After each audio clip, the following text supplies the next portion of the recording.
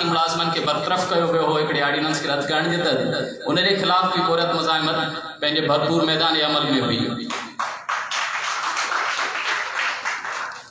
मुख़्तलिफ़ वक़्तनि ते असां मुख़्तलिफ़ सियासी सूरत हाल में पंहिंजो वसार कमु कंदा रहंदा आहियूं। जेतिरो असांखे सम्झ जी ताक़त आहे उन हिसाब खां उन खां बि खणी चइजे त वधीक।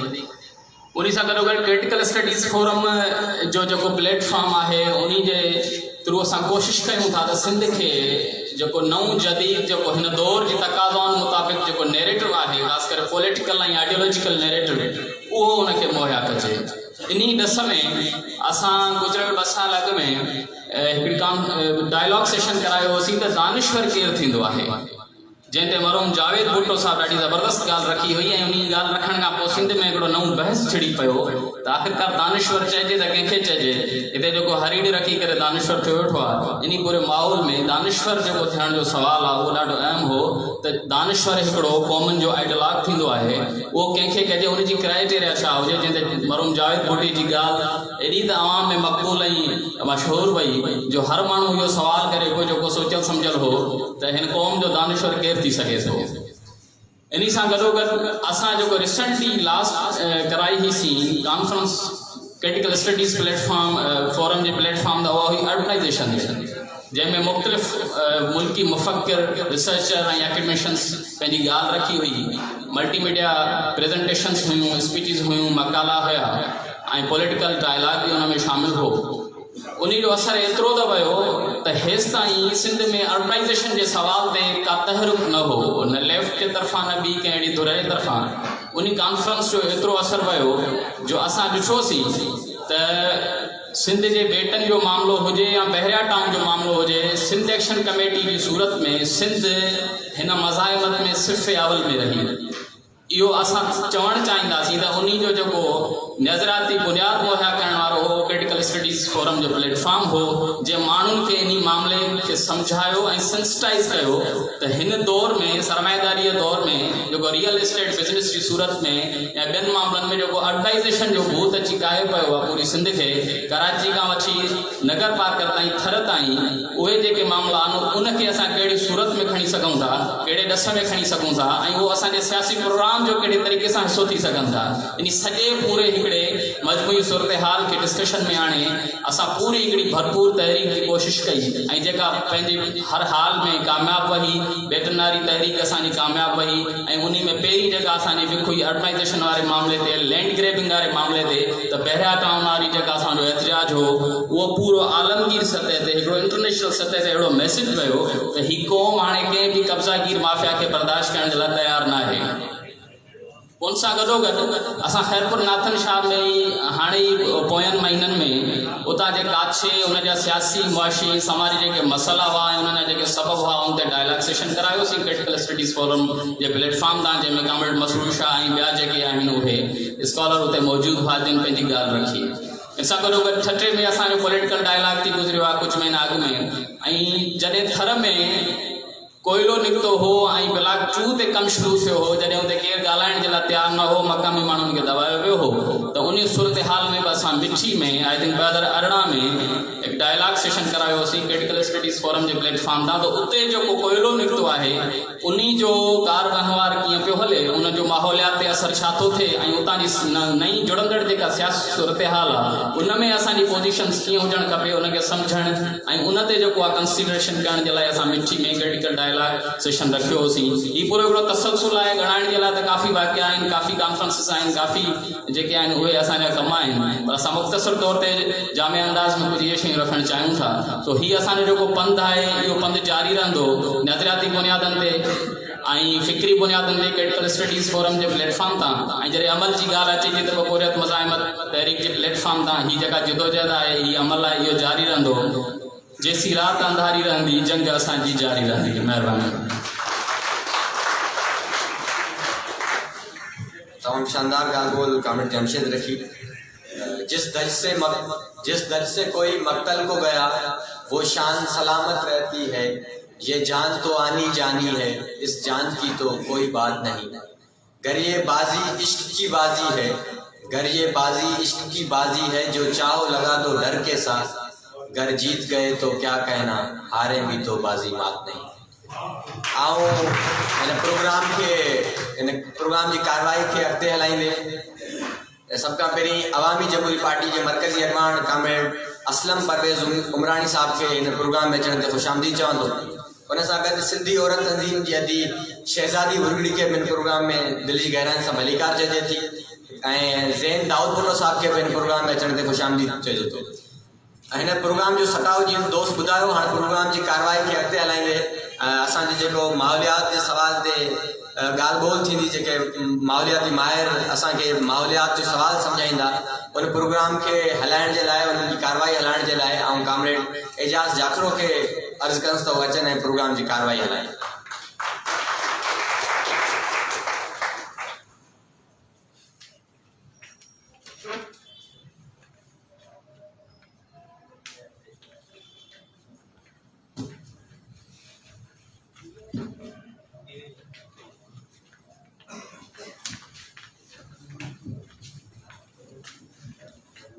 साथियों, हक मौजूद शहीद नाज़िम जोखियो माहौलियाती कॉन्फ्रेंस में एक दफ़ो ॿीहर तव्हां सभिनी आयल मोज़िज़ीन खे, शागिर्दनि खे, मुफ़क्किरीन खे, सियासी समाजी कारकुननि खे भलीकार चऊं था। साथियों, अॼोकी गॾिजाणी, अॼोकी कॉन्फ्रेंस असां शहीद नाज़िम जोखियो जे नाम कयूं था, छाकाणि त साईं नाज़िम जोखियो उन इहो चवणु इहो वधाउ न थींदो, इहो मुबालगो न थींदो। शहीद नाज़िम जोखियो उन माण्हुनि जी लिस्ट में अचे थो जेके हिकु रेडिकल इनकार जी अलामत थींदा आहिनि। हिकिड़ो इनकार ईअं थींदो आहे जो तव्हां मफ़ामतनि जे वटि चढ़ी था वञो, पर तारीख़ में हिकिड़ो इनकार अहिड़ो बि आहे जेके असां रेडिकल इनकार चऊं था, बिग नो आहे, कैपिटल नो आहे, हिकिड़े मुरवज सक़ाफ़त ते, मुरवज हिकिड़े मामले ते लॻा ते। शहीद नाज़िम जोखियो उन रेडिकल नो जो सिंबल आहे, जेको सिंध जे कॉन्टेक्स्ट में असां ॾिसूं था त सरदारी जेको तल्लुक़ आहे, सरदारी निज़ाम आहे, जेको सरदारी जेके ताक़तूं आहिनि, मनहूस क़िस्म जूं जेके तारीख़ी ताक़तूं आहिनि सिंध जे मथां नाफ़िज़ थियसि, उन जे ख़िलाफ़ उन जो इनकार आहे। इन सां गॾोगॾु माहौलियाती जेका तबाही थिए पई, पोइ तमिलनि जो पंहिंजो तलूर जो जेको शिकार थिए थो, इन पस मंज़र में असां ॾिसूं था त इन पखियुनि जे शिकार जे ख़िलाफ़ इनकार कयो आहे। ऐं इहो इनकार ईअं इनकार हो जीअं स्पार्टा इनकार कयो हो ग़ुलामी जे ख़िलाफ़, इहो इनकार ईअं इनकार हो जीअं साइंस जो जेको पहिरियों शहीद हो ब्रोनो उन इनकार कयो हो। रेडिकल नो हो, सफ़ा बिग नो हो, त असांखे कंहिं शइ न खपे थी। इहो उन ई लेवल जो हिकिड़ो इनकार हुई, इन ई लेवल जो इनकार हो जीअं गलीलो इनकार कयो हुयो, इहो उन ई लेवल जो इनकार हो जीअं डार्विन कयो हो, जीअं मार्क्स कयो, जीअं वॾनि माण्हुनि ने इनकार कया आहिनि। रेडिकल नमूने उन्हनि जेको आहे सो उन्हनि सॼे उन तारीख़ मामले खे रद्द कयो आहे ऐं पंहिंजे जान जो नज़रानो ॾिनो आहे। हीअ सॼी उन सिफ़ में शइ अचे थी। असां इन हवाले सां इन इनकार खे, जेको सच आहे, जेको वाक़ियो आहे, जेको पंहिंजे मखसूसियत में सिंध में ऐं सिंध जे हिकिड़े नंढे इलाइक़े में इज़हारे थो, पर इहो आफ़ाक़ी सच बि आहे, इहो अमूमी सच बि आहे, छाकाणि त इहो इनकार जेको आहे उहो टोटल निज़ाम जे ख़िलाफ़ इनकार आहे। इहो इनकार जेको आहे उन सॼे आलमी जेको माहौलियाती बिगाड़ जो जेको सवाल आहे उन जे ख़िलाफ़ जेको आहे सो इनकार आहे। इन सच खे यानी अमूमी करणु, जीअं फ्रांस जी फिल्म पंहिंजे हिकिड़े कोटेशन में चवे थो त हर जनरेशन जेका आहे उन जनरेशन जे खे करिणो छा आहे जो पंहिंजे निस्बत सां, पंहिंजे तालुक़ सां, पंहिंजे मखसूसियत में पंहिंजी ऑब्सक्योरिटी, पंहिंजी यानी धुंधलाए पंहिंजे उन इर्द गिर्द में जेको ॾिसे थो, तारीख़ जेको मामलो आहे उन ॾिसे थो, उनखे डिस्कवर करिणो आहे। उन डिस्कवर करे उनखे हिकिड़ो मिशन तय करिणो आहे ऐं मिशन तय करे पोइ उन सां या त वफ़ा करणी आहे या उनखे दगा ॾेई करे उन सां बेवफ़ाई करे उनखे छॾे ॾियणो आहे। अॼु नाज़िम जोखे असांखे उहो सच निर्माण करे ॾिनो आहे। सच न इनकार की सूरत में सरकारी निज़ाम के खिलाफ, माहौलियाती बिगाड़ के खिलाफ ही ऑब्सक्योरिटी है, ही तारीख़ मामलो है, ही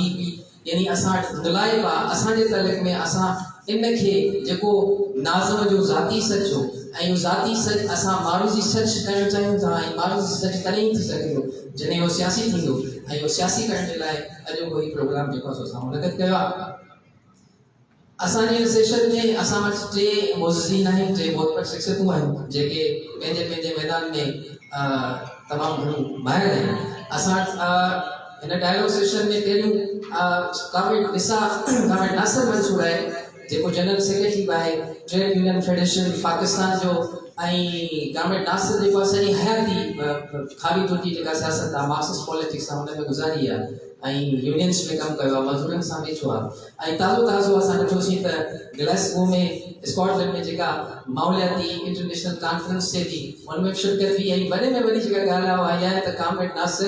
नाज़िम जोगी ते केस पेश कयो असांखे सिस्टा पेश कयो त सिंध जो केस पाकिस्तान ऐं सिंध जे शहीद जो जेको केस आहे उहो हुन इंटरनेशनल जेको आहे सो हुन सीन ते आंदो आहे असां खेसि जेको आहे जस्ता पेश कयूं ऐं गुज़ारिश कंदुसि कॉमरेड नासिर मंसूर खे त अचनि स्टेज ते पंहिंजी निशस्त सां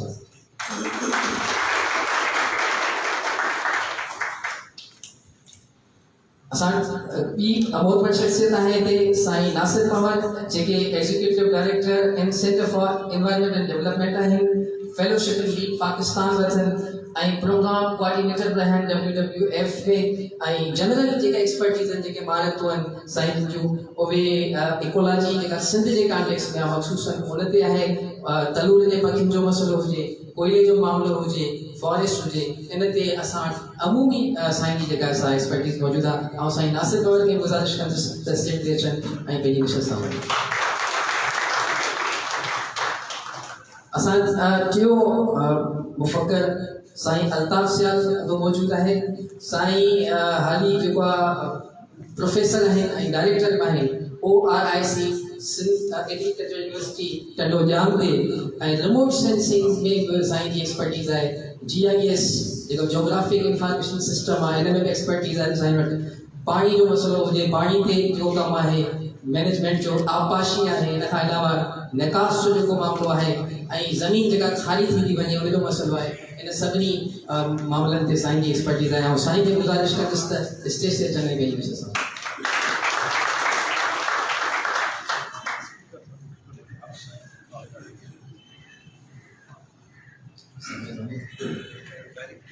जीअं त अॼोकी इहा कॉन्फ्रेंस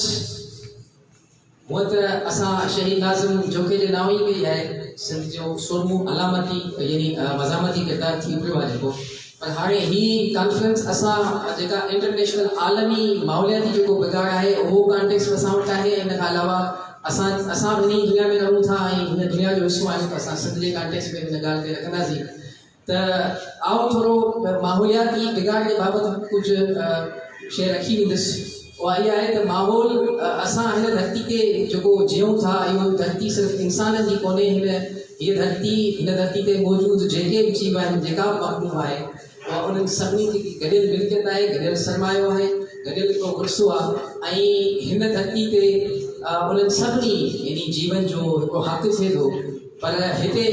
सीन कुझु ॿियो आहे हिते मामिलो कुझु ॿियो आहे इहो आहे त इंसानु जेको आहे उहो सिर्फ़ु ऐं सिर्फ़ु यानी पंहिंजे हक़ जे हुन जी ॻाल्हि त करे थो पर हिन जीवन जी हिन मखलूक जी ऐं इहा ॻाल्हि नथो करे नतीजे में थिए छा थो हीउ सॼो जेको निज़ाम आहे जे निज़ाम ते हीउ फितरी मामिलो हले थो इहो बिगाड़ जो शिकार थी वियो आहे बिगाड़ जो शिकार इन सेंस में थी वियो आहे त माहौलियाती जेको मैकेनिज़म आहे उहो हिकु मॉडरेट यानी असांजे हुन शुमार में हले थो जेकॾहिं उहो मॉडरेट या जेको एवरेज हुनजो वैल्यू आहे उहो हेठि मथे थिए थो त पोइ बिगाड़ जो शिकार थिए थो ऐं उन जा पोइ वरी हिकु यानी सख़्त क़िस्म जा नतीजा भोगणा पवनि था उहे नतीजा असांखे ॿोॾियुनि में मिलनि था उहे नतीजा असांखे हीट वेव्स में मिलनि था उहे नतीजा असांखे आबाद जेके ज़मीनूं आहिनि उहे समुंड जे हवाले थी वञे उन में मिलनि था ऐं उहे नतीजा असांखे वरी ज़री ज़मीनूं जेके आहिनि उहे तव्हांजूं सहणा में मटिजी वञनि इन्हनि में मिलनि था वरी पोइ जेके आबादियूं ते आबाद आहिनि उन्हनि जी गॾपनाह जेका माइग्रेशन आहे इंटरनल उहा थिए थी इहे सभु जा सभु नतीजा असांखे हिते भोगणा पवनि था इहो ई सबबु आहे जो इंटरनेशनल जेको कॉन्फ्रेंस थी ग्लासगो में उनजो जेको आहे इहो ई मर्कज़ी नुक़्तो हुयो त जेका 2015 में हिननि पेरिस एग्रीमेंट कयो हो जंहिं एग्रीमेंट में इहे सभु मामला रखिया वञनि त कार्बन डाइऑक्साइड जो जेको अख़राज आहे जेको यानी निकिरणु आहे हिन कंपनियुनि मां ग्रीन हाउस गैसिस जी सूरत में उन ते कंट्रोल कीअं कजे मीथेन गैस जी जेका आहे मामिलो उन ते कंट्रोल कीअं कजे पर उहो एग्रीमेंट तय कोन थी सघियो यानी उन ते अमल जेको आहे सो जीअं थियणु खपे आहे उहो कोन थी सघियो उनखे रीविज़िट करण जे लाइ असां ॾिसूं था त ग्लासगो में इहा कॉन्फ्रेंस थिए थी जंहिंजो इहो ई एम हुयो त बाबा हाणे असां छा कयूं असां ही जेको कार्बन जो जेको वधीक थियण आहे हिन माहौल में 1.2 ताईं जेको आहे सो हींअर पइजी चुको आहे ऐं 1.5 यानी हिकु ॾाढ़ी 5 ताईं हुन तय कयो आहे त 2100 ताईं यानी ही जेका सदी आहे हिन जे अंत ताईं हिनखे कंट्रोल करिणो आहे, हिनखे रोकणो आहे, 1.5 ताईं हिनखे रखिणो आहे। हिकु एजेंसी आहे, यानी ग्रुप आहे पंहिंजो क्लाइमेट एक्शन ट्रैकर ग्रुप, उन जे शुमार मुताबिक़ असां जेका दुनिया जेका आहे 2100 ताईं यानी जीअं 2100 ताईं दुनिया पहुचंदी त पोइ उन कार्बन जो कार्बन डाइऑक्साइड जो जेको शुमार आहे उहो 2.4 थियण वञे पियो। यानी जेकॾहिं ही कंट्रोल न थियो, हिन क़िस्म जी जेका असांजी रविश हलंदी रही हिन धरतीअ ते, यानी मेन इहा रविश आहे हलंदी रही हिन धरती ते, त पोइ 2.2 सैकड़ो थी वेंदो ऐं जेकॾहिं इहो उन ते कंट्रोल न लॻो त पोइ ही 4 ताईं कार्बन डाइऑक्साइड जो जेको सो मामलो पैदा थी सघे थो। इहो हिकिड़ो यानी भयानक सूरत हाल आहे आलमी सतह ते ऐं असांजे केस में त पोइ वरी उहा उनजा जेके असर उहे तमामु घणा आहिनि ऐं तव्हां ॾिसो था त इन जो जेको असरु आहे ताज़ो चाइना में बि थियो आहे। चाइना में अजीबो क़िस्म जी ॿोलियूं आहियूं, जर्मनी में बि थी आहे, नीदरलैंड में थी आहे। इन हवाले सां असां हिन सॼे आलमी ऐं ॾेही हिन मंज़रनामे ते गुफ़्तगू करण जे लाइ ऐं पहिरियों जेको सवाल कामिल नासिर खां पुछणु चाहींदुसि उहो इहो आहे। कामिल नासिर, तव्हां ताज़ो जेको आहे सो माहौलियाती कॉन्फ्रेंस अटेंड कई आहे ऐं तव्हां नाज़िम चोखे जो केस बि उते रखियो आहे, तव्हां कीअं था ॾिसो क्लाइमेट कॉन्फ्रेंस हिकु त इंटरनेशनल मामिलो आहे ऐं पोइ वरी असांजे पाकिस्तान जो केस आहे मसवाड़ी रियासत जो, त हू पंहिंजा वसीला जेके आहिनि, सॼी जोग्राफी जेका आहे, सॼी फितरत जेका आहे उहा गिरवी रखाए थी, मसवाड़ ते ॾिए थी, कमाए थी। तव्हां कीअं था ॾिसो हिन कॉन्फ्रेंस खे इंटरनेशनल लेवल ते इन जूं हदूं कहिड़ियूं आहिनि ऐं हिन जा जेके नतीजा आहिनि, जीअं पेरिस एग्रीमेंट जे हिसाब सां जेको न थी सघियो, तव्हां हीअं कीअं था ॾिसो इन जूं हदूं ऐं नतीजा? बहुत शुक्रिया पहले तमाम साथियों का और विशेष तौर पे हुर्रियत हमारे मुज़ाहमत के दोस्तों का और क्रिटिकल स्टडीज़ के जो फोरम है उनका, आज उन्होंने ये बहुत इम्पोर्टेंट इशू पे बात की है और मैं ये समझता हूँ कि पाकिस्तान जो है ये दुनिया के 8 मुल्कों में ऐसे मुल्कों में से जो मोस्ट वल्नरेबल है in context of climate change इसमें, और पाकिस्तान में द मोस्ट वल्नरेबल जो है फिर सिंध है। और इस हवाले से अगर देखा जाए तो ये पाकिस्तान और खास तौर पे सिंध के हवाले से ये जो COP26 है ये बहुत इम्पोर्टेंट और हमारे लिए बहुत ही एक किस्म से हमारे से रिलेट करती है। लेकिन बदकिस्मती से COP26 जो है वो जो एक्सपेक्टेशंस थी उस पर पूरा उतरने में नाकाम रही है। जो हुकूमतें हैं, जो रियासतें हैं, उनके रवैये जो हैं मामला की तरफ, चीज़ों को देखने की तरफ, वो बहुत खतरनाक हद तक जो है अवाम इंसान दुश्मन ही नहीं बल्कि ये कि माहौल में जितने और जानदार हैं और जितनी चीज़ें उनके खिलाफ है। तो COP में लेकिन एक बात बहुत इम्पोर्टेंट है कि उसमें पूरी दुनिया से लाखों लोग जो थे, जहाँ पर एक तरफ जो है 150 मुल्कों के डेलीगेट्स थे और 140 मुल्कों के हुक्मरान या सरबराह आए हुए थे और 197 ममालिक के जो है डेलीगेट्स उसके अंदर शामिल थे। लेकिन इसमें मोस्ट इम्पॉर्टेंट बात ये थी कि इसमें 30,000 से ज़्यादा डेलीगेट्स जो थे वो ट्रेड यूनियन, इंसानी हकूक़ की तंजीमें, left oriented organisation, political organisation, समाजी तंजीमें, कैंपेन ऑर्गेनाइजेशन, ये लोग पूरी कुव्वत के साथ वो मौजूद थे और उन्होंने वहाँ पे बात रखी। लेकिन ये कि ये सारा इसमें 3-4 चीज़ें बहुत इंपॉर्टेंट थी। उस तौर पे 3 चीज़ें, एक पहला ये कि इसकी जो मिशन, जैसे आप ये बता रहे हो कि कार्बन के अखराज के ऊपर इसको कैसे रोका जाए, दूसरा इसकी फाइनेंस का इशू था, तीसरा कार्बन मार्केट, और ये तीनों चीज़ें जो है ये रिलेटेड हैं रियासतों के साथ। और इसमें अगर आप गौर ये करें तो इन्होंने सिर्फ जो है लफ्ज़ों का गोरखधंधा था। जो जैसे आपने कहा कि पेरिस जो COP हुआ 2015 में, उसे इन्होंने कुछ कमिट किए थे। पहला कमिटमेंट उनका ये था कि ट्रांजिशन जो होगी, और इस ट्रांजिशन के अंदर $100 बिलियन इन्होंने अनमार्क किए थे कि ये ट्रांजिशन के अंदर जो है ये दिए जाएंगे। और उसमें ये कहा गया था कि 2020 तक जो है ये $1 अरब जो है हर साल जो है ये देते रहेंगे। लेकिन 2021 के अंदर ये कॉन्फ्रेंस हुई है, वो $100 बिलियन जो है वहाँ मौजूद नहीं थे। अब वो जब हमने सब प्लेनरीज में उसमें शिरकत की, ये सब आए हुए थे, बड़े बड़े लोग भी आए हुए थे जो,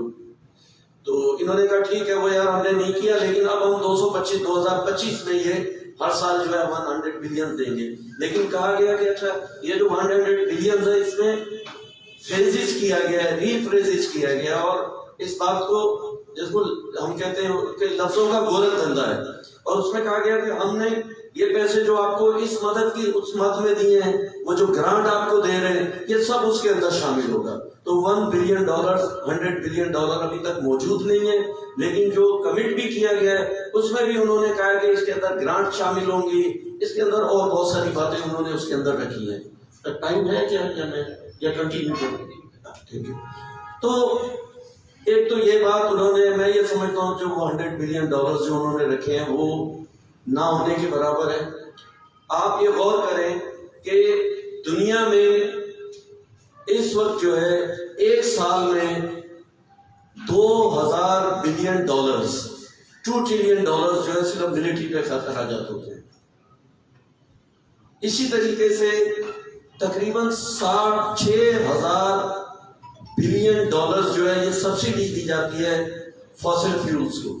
جو گیسز آپ نکالتے ہیں، آپ جو کول نکالتے ہیں اس کو دیا جاتا ہے۔ لیکن بچانے کے لیے انسان کو، انسان کے یہ انسانی شہر جو پورا ماحول ہے جس کے اندر آپ کا فونا فلورا ہے، آپ کے پرندے ہیں، آپ کی جاندار ہے، آپ کی جو ایکالوجی ہے، اس کو بچانے کے لیے ایسے وقت میں جب یہ بالکل خطرناک حد پہ پہنچ گئی ہوئی ہے، اس کو بچانے کے لیے آپ 100 بلین آپ نے ڈالر رکھے اور 2015 میں کمٹ کیا، اور آج جو ہے اس کو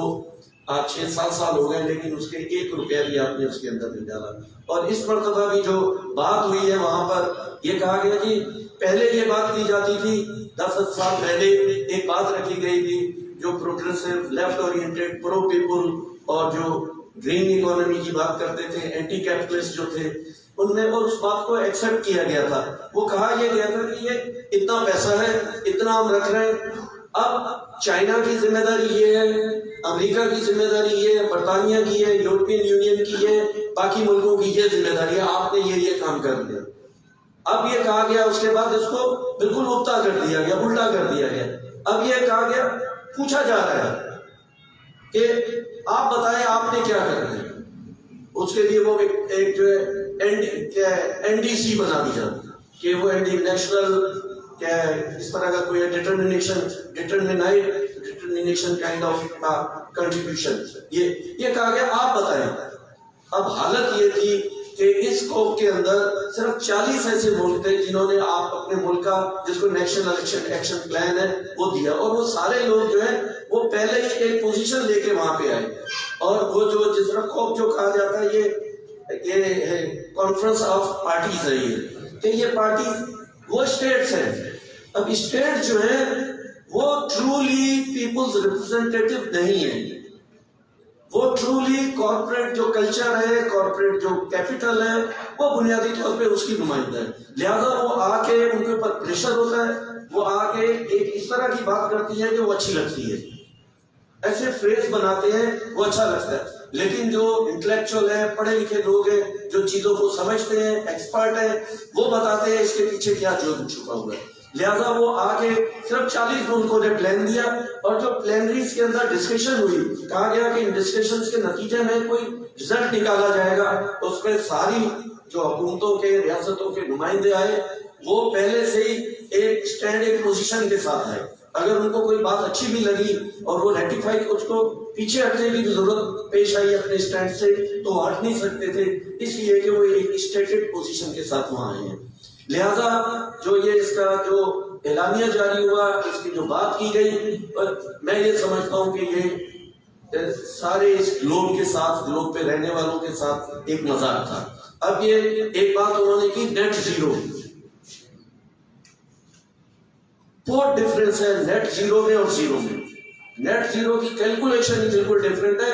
وہ یہ ہے کہ آپ جو ہے کتنی آپ جو گیس چھوڑتے ہیں کاربن مارکیٹ میں، اس میں فضا میں چھوڑیں گے، اور کتنا اس کو آپ جو ہے واپس لیں گے، کیپچر کریں گے، یہ کر رہے ہیں۔ نیٹ زیرو جو ہے یہ ہے، اور اس کے اندر آپ نے ایک واسٹلی ایک اوپن اینڈڈ جو ہے آپ نے سارے راستے کھول دیے کہ آپ نکالتے رہے، اور یہ کہا جائے جی اچھا آپ گیس کریں گے، لیکن گیس کو ہم زمین کے اندر اسٹوریج کریں گے، جو چیز میں آپ ہو رہی ہے اس کو روکیں گے، اس کو اندر زمین کے اندر کہیں دفن کر، اس طرح کی بات کر رہے ہیں۔ जीरो का मतलब ये है कि आपने फॉसल फ्यूल जो है नहीं इस्तेमाल करना। पहले इन्होंने कहा कि हम जो है मुल्कों ने कमिट किया 2030 तक जो है हम ये सारा ये काम करेंगे, अब ये कह रहे हैं 2050 तक हम इसको लेके जाएंगे। तो मुझे ये नहीं लगता कि ये सब कुछ होगा। इसलिए जब कॉप के अंदर जो लोग आए हुए थे वहाँ तकरीबन पहले एक जो डेमोन्स्ट्रेशन हुआ वो मेरा ख्याल 6 तारीख को हुआ, उसमें 50,000 से ज्यादा नौजवान उसके अंदर मौजूद थे, youth all over the world. और वो कह रहे थे ये ट्रांजिशन जो है ये जस्ट होनी चाहिए। अगर ट्रांजिशन जो है जस्ट नहीं है और climate change is a system change, अगर इसको सिस्टम की तब्दीली के साथ नहीं जोड़ते और ये जस्ट नहीं है तो इज अ जस्ट गार्डनिंग, कि आप बागवानी सिर्फ कर रहे हैं। अगर इसके साथ जो आप जो कैपिटलिज्म का अटैक है, इको सोशलिज्म की अगर आप बात नहीं करते, डिस्ट्रीब्यूशन की बात नहीं करते, वेल्थ की, तो ये जो है ये सारा मजाक है। 50,000 से ज्यादा नौजवान, मैंने अपनी जिंदगी में 40 साल की पॉलिटिकल लाइफ में इतने वाइब्रेंट और इतना फोकस लोग मैंने नहीं देखे। पूरी दुनिया से, तमाम ग्लोब से लोग आए हुए थे। फिर उसके बाद जो है जो बड़ा इज्तिमा हुआ वो तकरीबन 1 लाख से ज्यादा था। 1 लाख से ज्यादा लोग थे। उससे टेम्परेचर माइनस था, बारिश हो रही थी और सख्त तेज हवा चल रही थी। मैंने जो छतरी ली हुई थी उसकी जो रिब थी, इतनी तेज बारिश थी, सर्दी, कि वो रिब सारी टूट गई। लेकिन उसके बावजूद मेरे पास वीडियोज हैं बच्चों के साथ। एक खातून मेरे आई, उसके साथ उसका बच्चा था। वो बच्चा, मैंने उससे पूछा ये कितने साल का है? उसने बोला साल का नहीं है, ये 4 महीने का। मैंने कहा इसको कह रहे मैं इसीलिए लेके आई हूँ कि मैं ये चाहती हूँ कि इसके लिए जो है जो माहौल मैं देख रही हूँ उसको वो माहौल नहीं मिले। तो कितनी लोग थे उसमें, मतलब लोग थे, ट्रांसजेंडर थे, LGBT से ताल्लुक रखने वाले थे, ट्रेड यूनियन से थे, उसमें पॉलिटिकल एक्टिविस्ट थे, उसमें फार लेफ्ट था, उसमें सोशल डेमोक्रेट थे, उसमें ग्रीन थे। ये सारे लोग एक ही बात कर रहे थे कि अब जो रोड के ऊपर जो प्रोग्राम जहाँ हो रहा था उससे बाहर जो लोग हैं वो पीपुल्स रिप्रेजेंटेटिव है, वो लोगों की बात करते हैं, वो इस ग्लोब को, इस मदर अर्थ को बचाने की बात करें। अंदर जो है वो कॉर्पोरेट कल्चर की लोग। आप क्या समझते हैं कि ये डिफरेंट होगा कुछ मामला 2015 से? बिल्कुल, मैं ये समझता हूँ कि अवेयरनेस बहुत बड़ी है और ये पीपुल्स एजेंडे पे आई है ये बात। अब ये कि प्रेशर बढ़ा है इनके ऊपर, लेकिन ये कि मैं ये समझता हूँ कि कैपिटलिज्म जो है इसके अंदर इनबिल्ट जो है एक जिसके अंदर तबाही का जो है इसके अंदर इनबिल्ट हुआ है। इसके खिलाफ ये लड़ाई बुनियादी तौर पे जो कैपिटलिस्ट मोड ऑफ प्रोडक्शन है और जो वेल्थ के डिस्ट्रीब्यूशन के तरीकाकार है, ये इसके खिलाफ बुनियादी तौर पे ये लड़ाई जुड़ी हुई है ये इसके साथ। इसलिए कि जब आप वो कैपिटलिस्ट मुल्क जो इंडस्ट्रियलाइज हैं, जिन्होंने पूरी दुनिया को गुलाम भी बनाया, वो सबसे ज्यादा जिम्मेदार है इस काम के। जो कार्बन की मिशन है उसके सबसे ज्यादा अगर ग्लेशियर पिघल रहे हैं, हमारे पानी जो है ये बहुत ज्यादा बह रहा है निकल के और वो किसी इस्तेमाल में भी नहीं आ रहा। ग्लेशियर्स पिघल रहे हैं, आपके जो है लैंडस्लाइडिंग हो रही है। सिंध के अंदर आप ये देखें क्या हो रहा है। थर्कोल का जो बहुत बड़ा इशू है, चाइना आके यहाँ जो कुछ कर रहा है, यहाँ की जो टोपोग्राफी आप चेंज कर रहे हैं, ये सिर्फ थर के लोगों का नहीं। मैं अभी एक बात खत्म करता हूँ कि वहाँ अमेज़न के अंदर वहाँ बात ये हो रही थी कि उन्होंने $1 बिलियन जो है उन्होंने रखे अमेज़न के लिए और $300 बिलियन जो है वो ये कह रहे हैं हम अट्रैक्ट करेंगे फॉरेन कंपनीज को कि वो अमेज़न के अंदर आए, लेकिन अमेज़न के लिए काम करें और उनकी डिफॉरेस्टेशन को रोकें। लेकिन मसला ये है कि अमेज़न जो है उसका बचाव जो है, उससे मोहब्बत जो है वो कहीं नजर नहीं है। और अमेज़न से मोहब्बत का मतलब ये है कि अमेज़न में रहने वाली कम्युनिटी से मोहब्बत है, उनके लिए, उनको सेव करने के लिए आप क्या करते हैं। यही बात मैं इसको सिंध पे रखना चाहता हूँ कि यहाँ पे जो कुछ हो रहा है, यहाँ पे जो समंदर चढ़े आ रहा है, यहाँ मैंग्रोव जो काटे जा रहे हैं, डेल्टा जो तबाह हुआ है, यहाँ का हमारा पानी का जो पैटर्न जो है रोका गया है, यहाँ के हमारा सारे लोगों का जो लाइवलीहुड है वो तबाह हुआ है, पैटर्न सारे चेंज हो रहे हैं, घर के अंदर जो हो रहा है। तो हम ये कहते हैं कि अगर सिंध से मोहब्बत है या सिंध की आप बचाना चाहते हो तो फिर भाई सिंध के लोगों से, सिंध के जो राइट्स हैं, اور سندھ میں بسنے والے جو لوگ ہیں ان کے رائٹس کو اگر آپ پروٹیکٹ نہیں کرو گے, ان کو لا کے انٹرنیشنل اور لوکل لاز کے تحت آپ پروٹیکٹ نہیں کرو گے, تو آپ کس طریقے سے انوائرمنٹ کو بچا سکتے ہو؟ تو साईं नासिर आओ वरी तव्हांजे हिंदुस्तान जे लोकल मामले ते पाकिस्तान ऐं जेके स्टेट ही मामलो पेरिस एग्रीमेंट जीअं थियो हुयो, ही मामलो लीगली बाइंडिंग मामलो कोन्हे, यानी कानून साज़ी कोन थी आहे त बाबा ही कानून हूंदो न कानून त जेको आहे सो सभिनी मुल्क दुनिया जे सभिनी मुल्कनि जे रियासतनि खे यानी कानूनी तौर ते जेको आहे सो पाबंद कयो वेंदो त बाबा क्लाइमेट जे मामले ते तव्हांखे हीअं सभु करिणो आहे, लीगली बाइंडिंग बहरहाल इहो कोन्हे। ऐं ॿिए पासे असां ॾिसूं था नासिर साहिबु चए थो त बाबा यूथ जेका बि तमामु घणी असांखे मिली आहे, वाइब्रेंट क़िस्म जो हिकिड़ो असांखे नौजवान हुते मिले थो, असां इहा उमेद बहरहाल रखी सघूं था त हिन दफ़े उहो पेरिस एग्रीमेंट न हूंदो, हिन दफ़े जेका सूरत हाल हूंदी उहा न फ़क़ति इंसान जे हक़ में हूंदी पर हिन धरती जे हक़ में हूंदी, फितरत जे हक़ में हूंदी। हाणे ॿिए सवाल लाइ साईं नासिर साईं नासिर तव्हां साईं नासिर मंसूर जी जेका असां गुफ़्तगू ॿुधी इंटरनेशनल जेका ग्लासगो में कॉन्फ्रेंस थी आहे ऐं सिचुएशन तव्हांजे अॻियां आहे ऐं दुनिया सॼी में इहा वाइब्रेंसी मौजूदु आहे, पंहिंजे हिसाब सां माहौल ते सवाल आहे। ग्रेटा थनबर्ग छोकिरी आहे 17 सालनि जी, उहा लीड करे पई सॼे हुन मग़रबी दुनिया में मिलियंस में माण्हू हुते अचनि था। सिंध जे कॉन्टेक्स्ट में तव्हां कीअं था ॾिसो, सिंध जो जेको माहौलियाती सवाल आहे उनखे तव्हां स्पेसिफिकली कीअं था ॾिसो, ऐं इन खां अलावा हिन मामले में सिंध हसास के सिंध गवर्नमेंट खे बि हसास आहे, सिंध जो माण्हू केतिरो हसास आहे, इन सभु पहिरीं त मां कॉन्फ्रेंस जे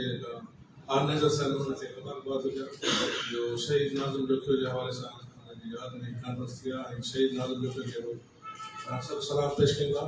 ऐं जेका हुनजी क़ुर्बानी आहे उहा असां सभिनी जे लाइ हिकिड़ो नई राह या बस हुनजो तयन करे थी। ऐं ॿी ॻाल्हि मां इहा बि ॿुधुसि त शहीद नाज़िम जोखियो खां अॻु बि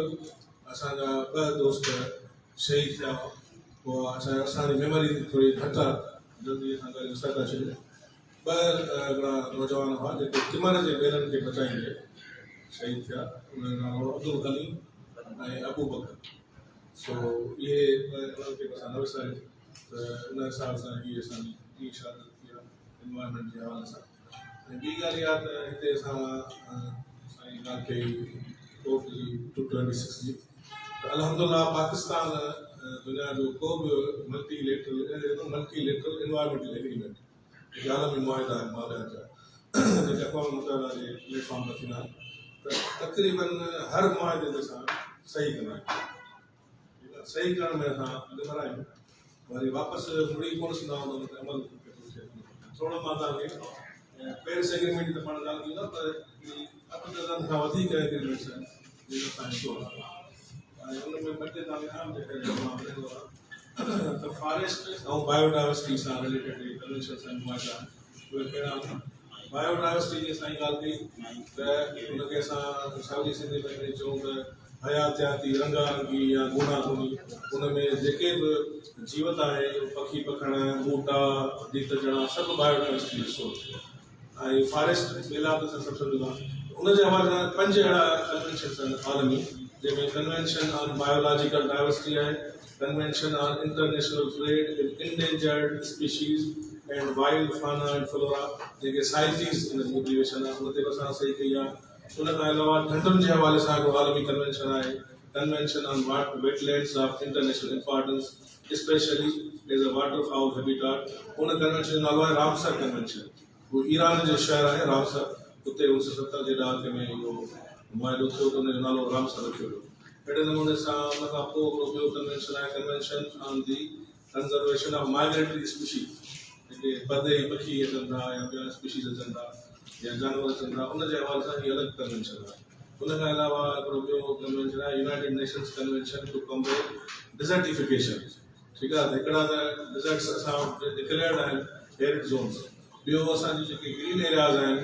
या जेके एग्रीकल्चर या इरीगेशन जे अंदर में जेके असांजी लैंड आहे उहा बि कन्वर्ट थिए पई डिज़र्ट्स में, त डिज़र्टिफिकेशन जो अलॻि कन्वेंशन आहे। अहिड़े नमूने सां क्लाइमेट चेंज जे हवाले सां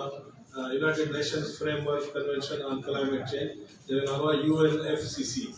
इन खां अलावा क्योटो प्रोटोकॉल टू UNFCCC, इन खां अलावा पेरिस एग्रीमेंट, इन खां अलावा ॿिया 6-7 ॿिया जेके केमिकल्स ऐं हैज़र्डस वेस्ट जे हवाले सां इहे सभु आलमी मुआहिदा आहिनि जंहिं ते असां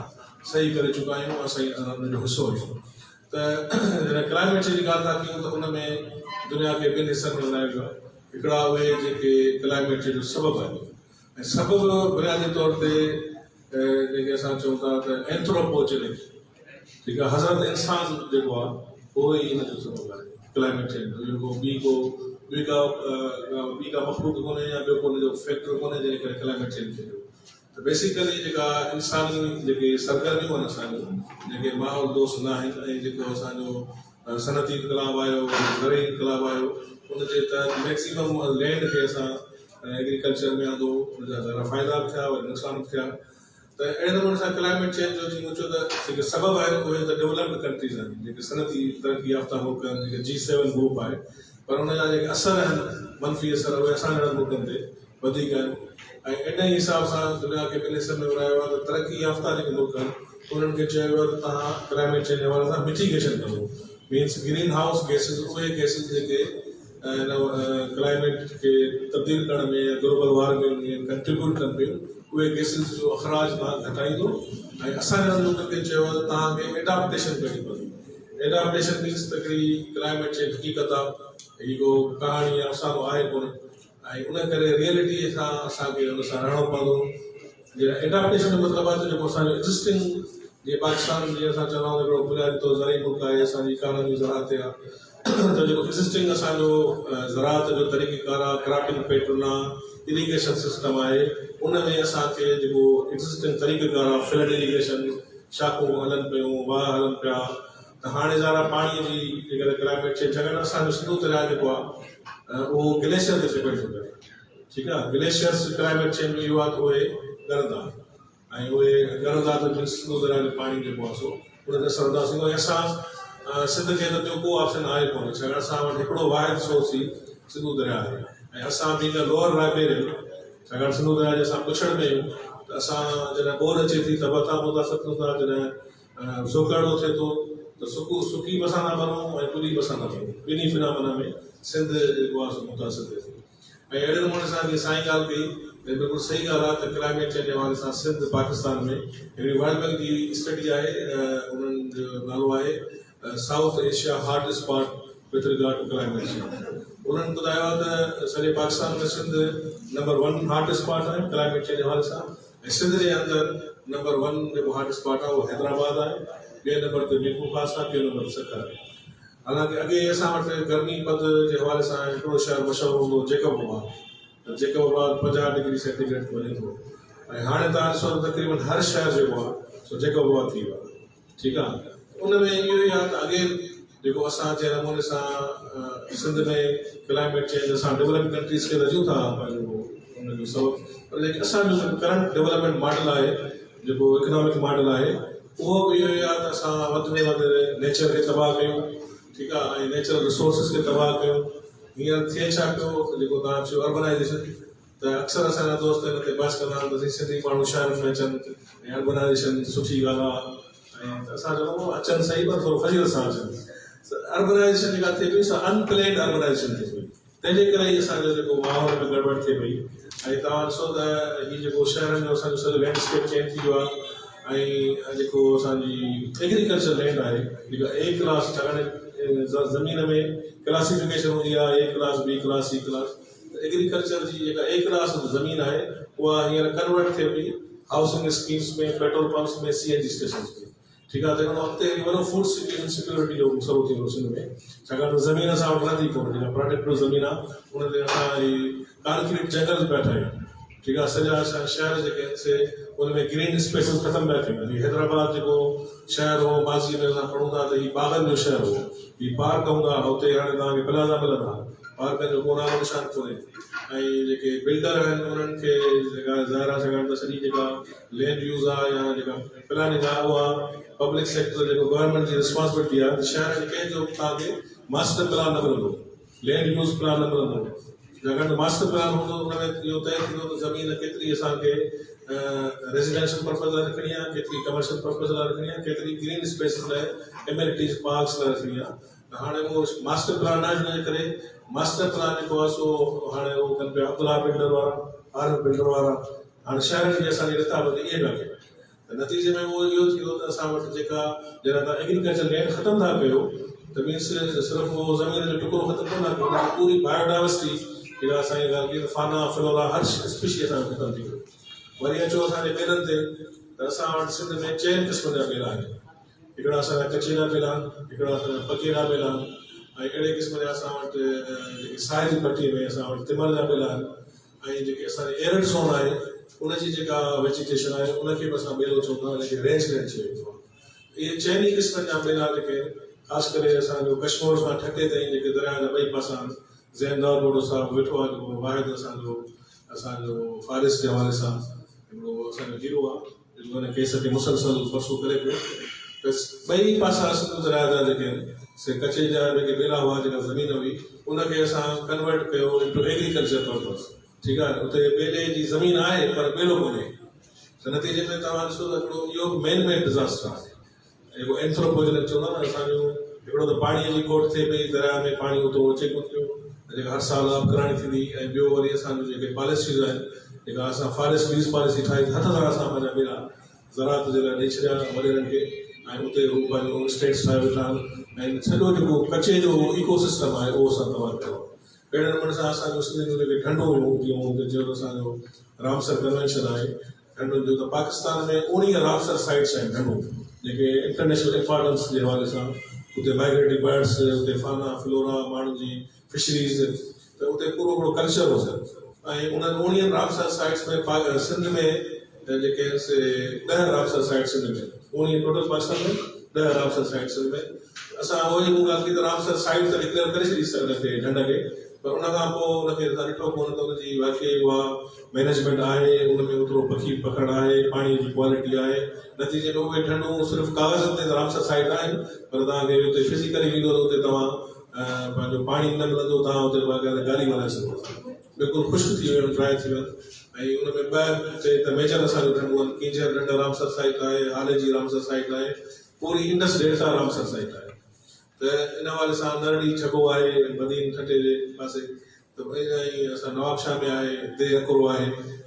त इहे असांजो रामसर साइट्स आहिनि। या इंडस ब्लाइंड डॉल्फिन जेका आहे उहा बि तव्हांखे ख़बर आहे सिंध जी हिकिड़ी सुञाणप आहे, ऐं उहा उनजो जेको इलाइक़े एरिया आहे बिटवीन सखर बैराज ऐं गुडू बैराज, उहो बि असांजी रामसर साइट आहे। इहो असांजी ऑब्लिगेशन आहे त जेके असांजो रामसर साइट हुअनि उन्हनि जा प्रॉपर मैनेजमेंट प्लान ठाहिनि, ऐं उन्हनि जी असां उन साइंटिफिक हिसाब सां उनजी मैनेजमेंट कयूं। इहो साइंटिफिक एटीट्यूड ई आहे न जेको माना हिन क़िस्म जी वाइब्रेंसी पैदा करे। सिंध जे केस में तव्हां केॾा ॾिसो हुनखे साइंटिफिक एटीट्यूड त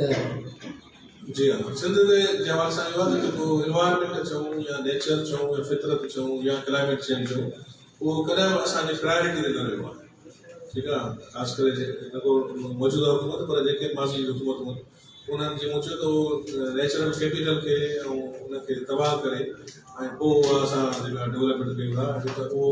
सस्टेनेबल डेवलपमेंट न आहे। ऐं असांजी जीअं मूं चयो त हाणे असां हुनजा असरात ॾिसूं पिया त असांजे शहर में जेको गर्मीपद वधे पियो, छाकाणि क्लाइमेट चेंज में इहो ई आहे त तव्हांजी प्रिडिक्शन इहा आहे त एक्सट्रीम वेदर पैटर्न्स असां वटि वधंदा, हुनजी फ्रीक्वेंसी वधंदी, जंहिंमें असांजी साइक्लोन वधंदा, सुनामीज़ वधंदियूं, ऐं ट्राउट वधंदो, अच्छा वरी पोनूं वधंदियूं, एक्सट्रीम। अच्छा ॿियो इहो त बारिश जो हिकिड़ो पीरियड हूंदो मानसून जो, त उहो जून जी 15 तारीख़ खां अगस्त ताईं बारिश थींदी, ठीकु आहे, हिकिड़ो साइकिल हूंदो। हाणे उहो शिफ्ट थिए थो क्लाइमेट चेंज खां पोइ। हाणे पहिरीं ॻाल्हि त उहा जेका 2 महीननि जी बारिश उहा हिकिड़े हफ़्ते में बि थिए, हिकिड़े हफ़्ते जी बारिश हिकिड़े ॾींहं में बि थिए। नतीजे में असांजो अॻे असां पोइ ॿोॾि ॿुधंदासीं दरिया जी ॿोॾि ख़तमु थिए पियो, सियारे जी ख़बर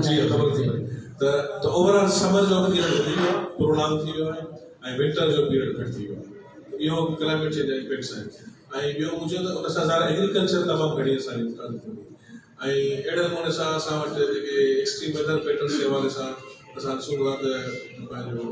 ड्राउट जीअं मूं चयो त मूं हा फ्लड जे हवाले सां मूं ॻाल्हि कई त जेके ॿोॾियूं हूंदियूं अॻे सिर्फ़ु दरिया जी ॿोॾि ॿुधंदासीं, पर हाणे जेको नओं फिनामिना असां वटि खणो हले पियो उहो आहे अर्बन फ्लडिंग। ठीकु आहे, पर हाणे फ्लडिंग जेका आहे असां दरियानि मां निकिरी मुंतक़िल थी शहरनि में अची वई आहे, उहा बि मेन डिज़ास्टर आहे। छाकाणि त असां शहरनि में जेको अनप्लेन अर्बनाइज़ेशन कई त जेके पाणीअ जा नेचुरल वाटर वेज़ हुआ उन्हनि ते असां इंक्रोचमेंट कई, उन ते कब्ज़ा कया, ऐं नतीजे में उहो त हिन वक़्तु असां वटि पाकिस्तान में नेशनल क्लाइमेट चेंज पॉलिसी ठहियल आहे, ऐं उन जे बेसिस ते सूबनि खे ठाहिणी आहे। ऐं सिंध जी जेका क्लाइमेट चेंज पॉलिसी आहे उहा हिन वक़्तु ड्राफ्ट जी शिकिल में मौजूदु आहे, ऐं उनखे फाइनल करण जी ज़रूरत आहे। त अगेन उहा ई ॻाल्हि आहे त असां वटि पॉलिसीज़ जी ऐं आलमी मुआइदनि जी कानूननि जी खोट कोन्हे का,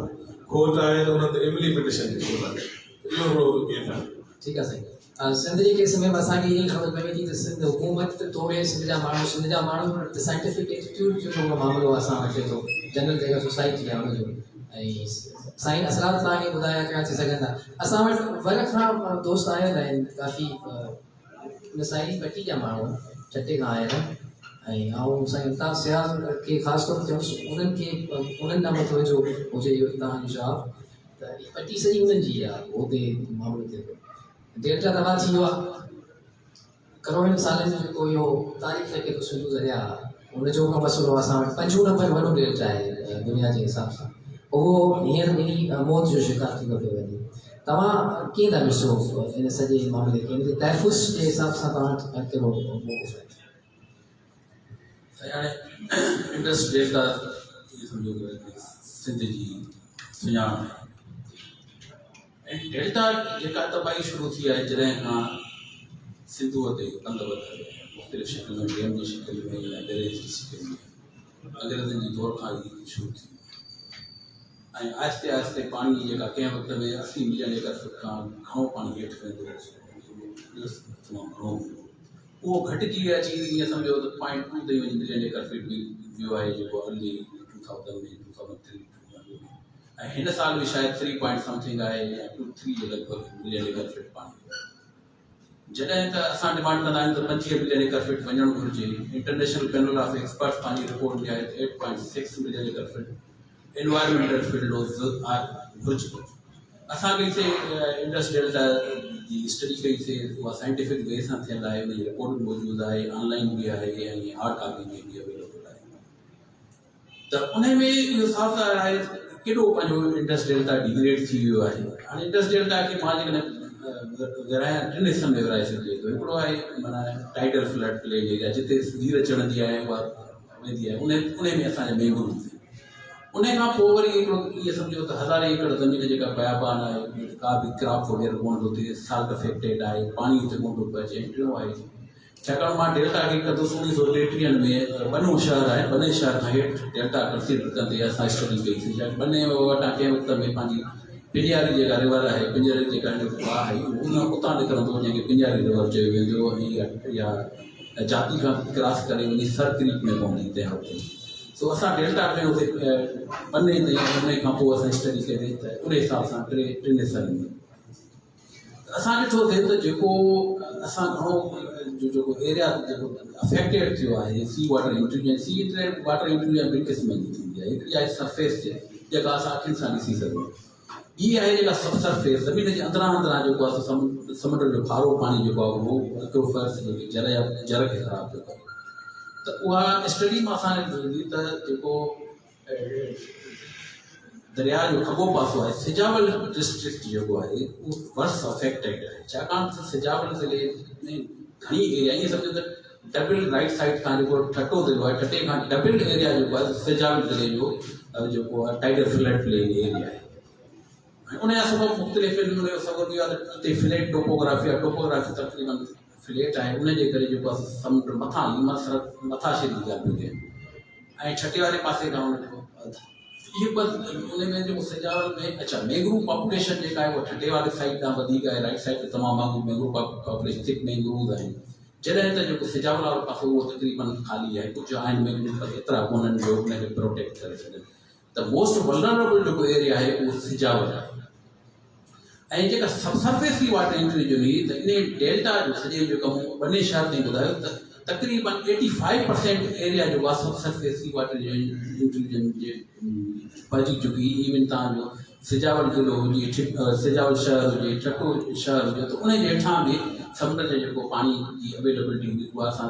वाटर जी एनालिसिस मां ख़बर पई त हीउ हेठां जेको आहे समुंड पाईंदो पियो अचे। हाणे इन जा मुख़्तलिफ़ इहे मेन सबबु आहे त दरिया में पाणी आहे कोन, दरिया में पाणी हुनखे धिके वञे थो, सिफ्ट खणी थो अचे ऐं नओं डेल्टा ठहे पियो। त उहो पाणी जी अवेलेबिलिटी न थियण जे करे चवंदा पाणी ज़ाया थो थिए। साईं उहा हाणे हर कंहिंजो पंहिंजो आहे, हीअ त मौक़िफ़ आहे, हुनखे हाणे छा था कनि, पाणी ज़ाया कोन पियो थिए। इहो डेल्टा जी लाइफ आहे, जेका लाइफ जेकॾहिं असां ख़तमु कंदासीं। हाँ डेल्टा एक इंडस डेल्टा की नासिर साहब ॿुधायो त ही रामसर साइट असांजो पंहिंजो थर्ड डेजर्ट में खां पोइ जो अचे पियो रणकश आहे, रणकश बि थर्ड डेजर्ट आहे। हाणे इन में पाणी कंहिं वक़्त में जॾहिं पंहिंजो कोयलो पियो निकितो ऐं ब्लॉक 2 मां त पाणी छॾण लाइ एॾे पाणी खणी पिए विया। उन खां पोइ ही घुराइण वारो आयो त पाणी खणी पिया, त उन वक़्त में पोइ इंडिया बि एतिराज़ वारियो ऐं रामसर साइट हुजण जे करे तव्हां उन में खारो पाणी नथा छॾे त उन जे करे हिननि रोकियो। हालांकि पहिरीं एॾा प्रोपोज़ बि हो। हाणे जॾहिं हुते पाणी नथा ॾियनि पिया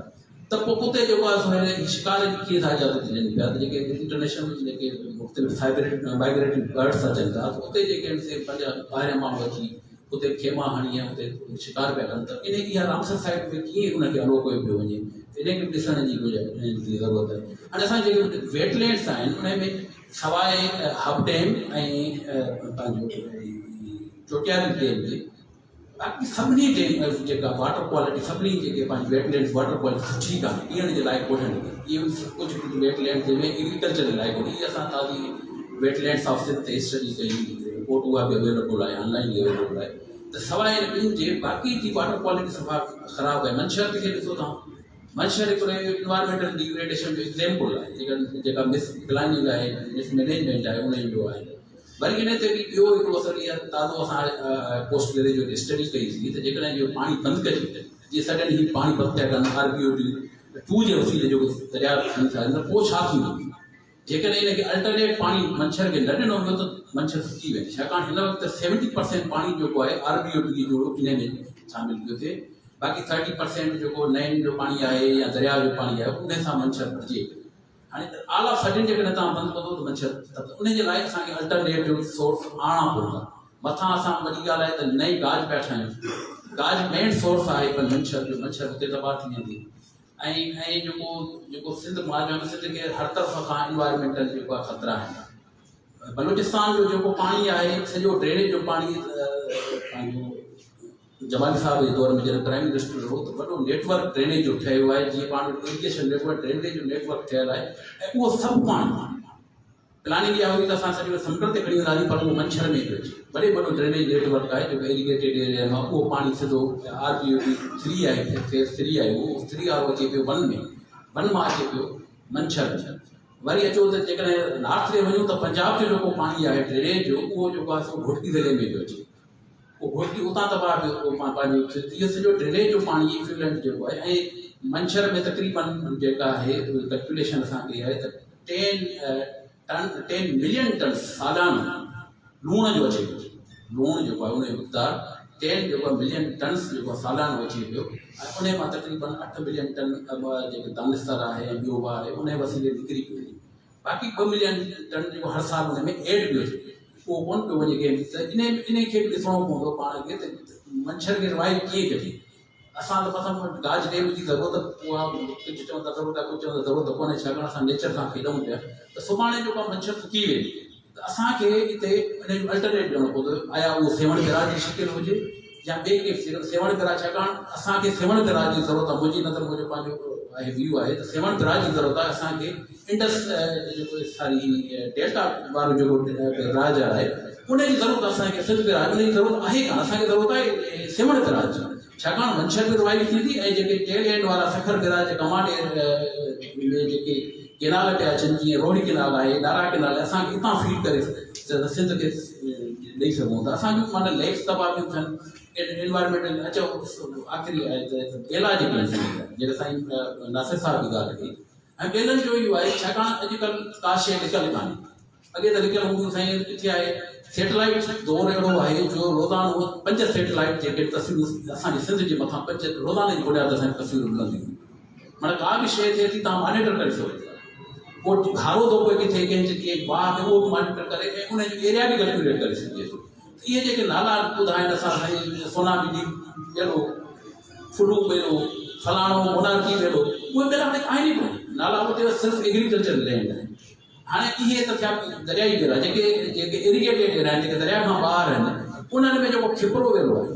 2003 ताईं उहो 1000 हेक्टरनि ताईं फैलियो। 2003 जी ॻाल्हि, हाणे उहो 350 हेक्टरनि ते आहे। इहो केॾांहुं केरु उन्हनि जी को छा करिणो आहे छाकाणि इहो साइंटिफिकली प्रूव करे सघिजे थो को भई 2003 ते 73 ते कहिड़ो हाणे पंहिंजो केॾां वियो केरु इन जो तहफ़ुज़ तव्हां कीअं था ॾिसो कीअं थींदो इहो तहफ़ुज़ इहो थींदो हिनखे साइंटिफिकली मैपिंग थींदी बेलनि जी वेटलैंड्स जी पोइ छाकाणि त रूल्स ऐं रेगुलेशन ऐं पॉलिसियूं त जाम जेको नासिर साहिब जी ॻाल्हि कई त पॉलिसियूं त पाण जाम इम्प्लीमेंटेड करणो पवंदो ऐं असांखे सुजागी करणी पवंदी सुजागी अवाम खे करणी पवंदी छाकाणि गवर्नमेंट जो इंट्रस्ट एनवायरमेंट ते तमामु घटि थो नज़र अचे ऐं त असांजो जेको अवाम आहे जेको उनखे सुजागी करणी पवंदी असां पाण डिग्रेड हिनखे न कयूं साईं अल्ताफ़ साहिब तव्हांजी महिरबानी तव्हांजे वरी अचिबो ॿिए सवाल सां आउं वरी साईं नासिर मंसूर अहमद साईं आलमी क्लाइमेट जो जेको क्राइसिस आहे उन ते त गुफ़्तगू कई आहे साईं नासिर पाकिस्तान जो असांजे अॻियां हिकिड़ो मसइलो आहे पाकिस्तान दुनिया में हींअर जेको आहे टॉप 10 में अचे 5 नंबर ताईं हेॾी असांजी पोज़ीशन आहे पाकिस्तान की असासियत वरी असां शहरकारी जा जेके मामला आहिनि तव्हां ॾिसो था बैरिया टाउन ख़ूबसूरत क़िस्म जा शहर ठहनि पिया इहे शइ ऐं कोस्तान जेको खीर तरपाल करा नेशनल हुन पासे तव्हां ॾिसो था त उहो उन ई फितरत जे बचाव वारे हुन मामले में अचे थो तव्हीं सॼे सीन खे कीअं था ॾिसो पाकिस्तान जे केस में त इहो जेको माहौलियाती बिगाड़ आहे हुन में पाकिस्तान केतिरो हसास लाइक़ु आहे पाकिस्तान ते कहिड़ा असर पवणा आहिनि ऐं हीअ जेका अंधी अर्बन स्प्राल आहे अनप्लान क़िस्म जी जेका शहरकारी आहे उन जा जेके हतमी नतीजा आहिनि उहे कहिड़ा थींदा आहिनि सॼे ख़िते ते उन ते थोरो असांखे मेरा ख्याल है कि जो पाकिस्तान की रियासत है, मैं हुकूमत की बात नहीं करता, हुकूमतें बदलती रहती हैं, जो रियासत है इसका जो स्ट्रक्चर है सारा वो बुनियादी तौर पे जिसको आप हम ये कह सकते हैं कि सोशल एड्स है ये खुद जो है लोगों की डिस्ट्रिक्शंस के ऊपर कायम है इसके डायरेक्टली इसका जो है जो ये अमल करती है वो लोगों के खिलाफ है। अब मैं आपको बताऊं कि इमरान खान साहब ने डेवोस में जब ये गए थे इन्होंने एक प्लेज किया था वो ये कहा था ये कह रहे थे कि 2030 तक जो है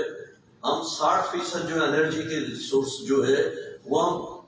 रिन्यूएबल जो एनर्जी है उसकी तरफ हम कन्वर्ट करेंगे वहां से सोर्स करेंगे। फिर इसने ये कहा कि हम 30% जो है गाड़ियां जो है वो सारी हम जो है इससे फ्यूल से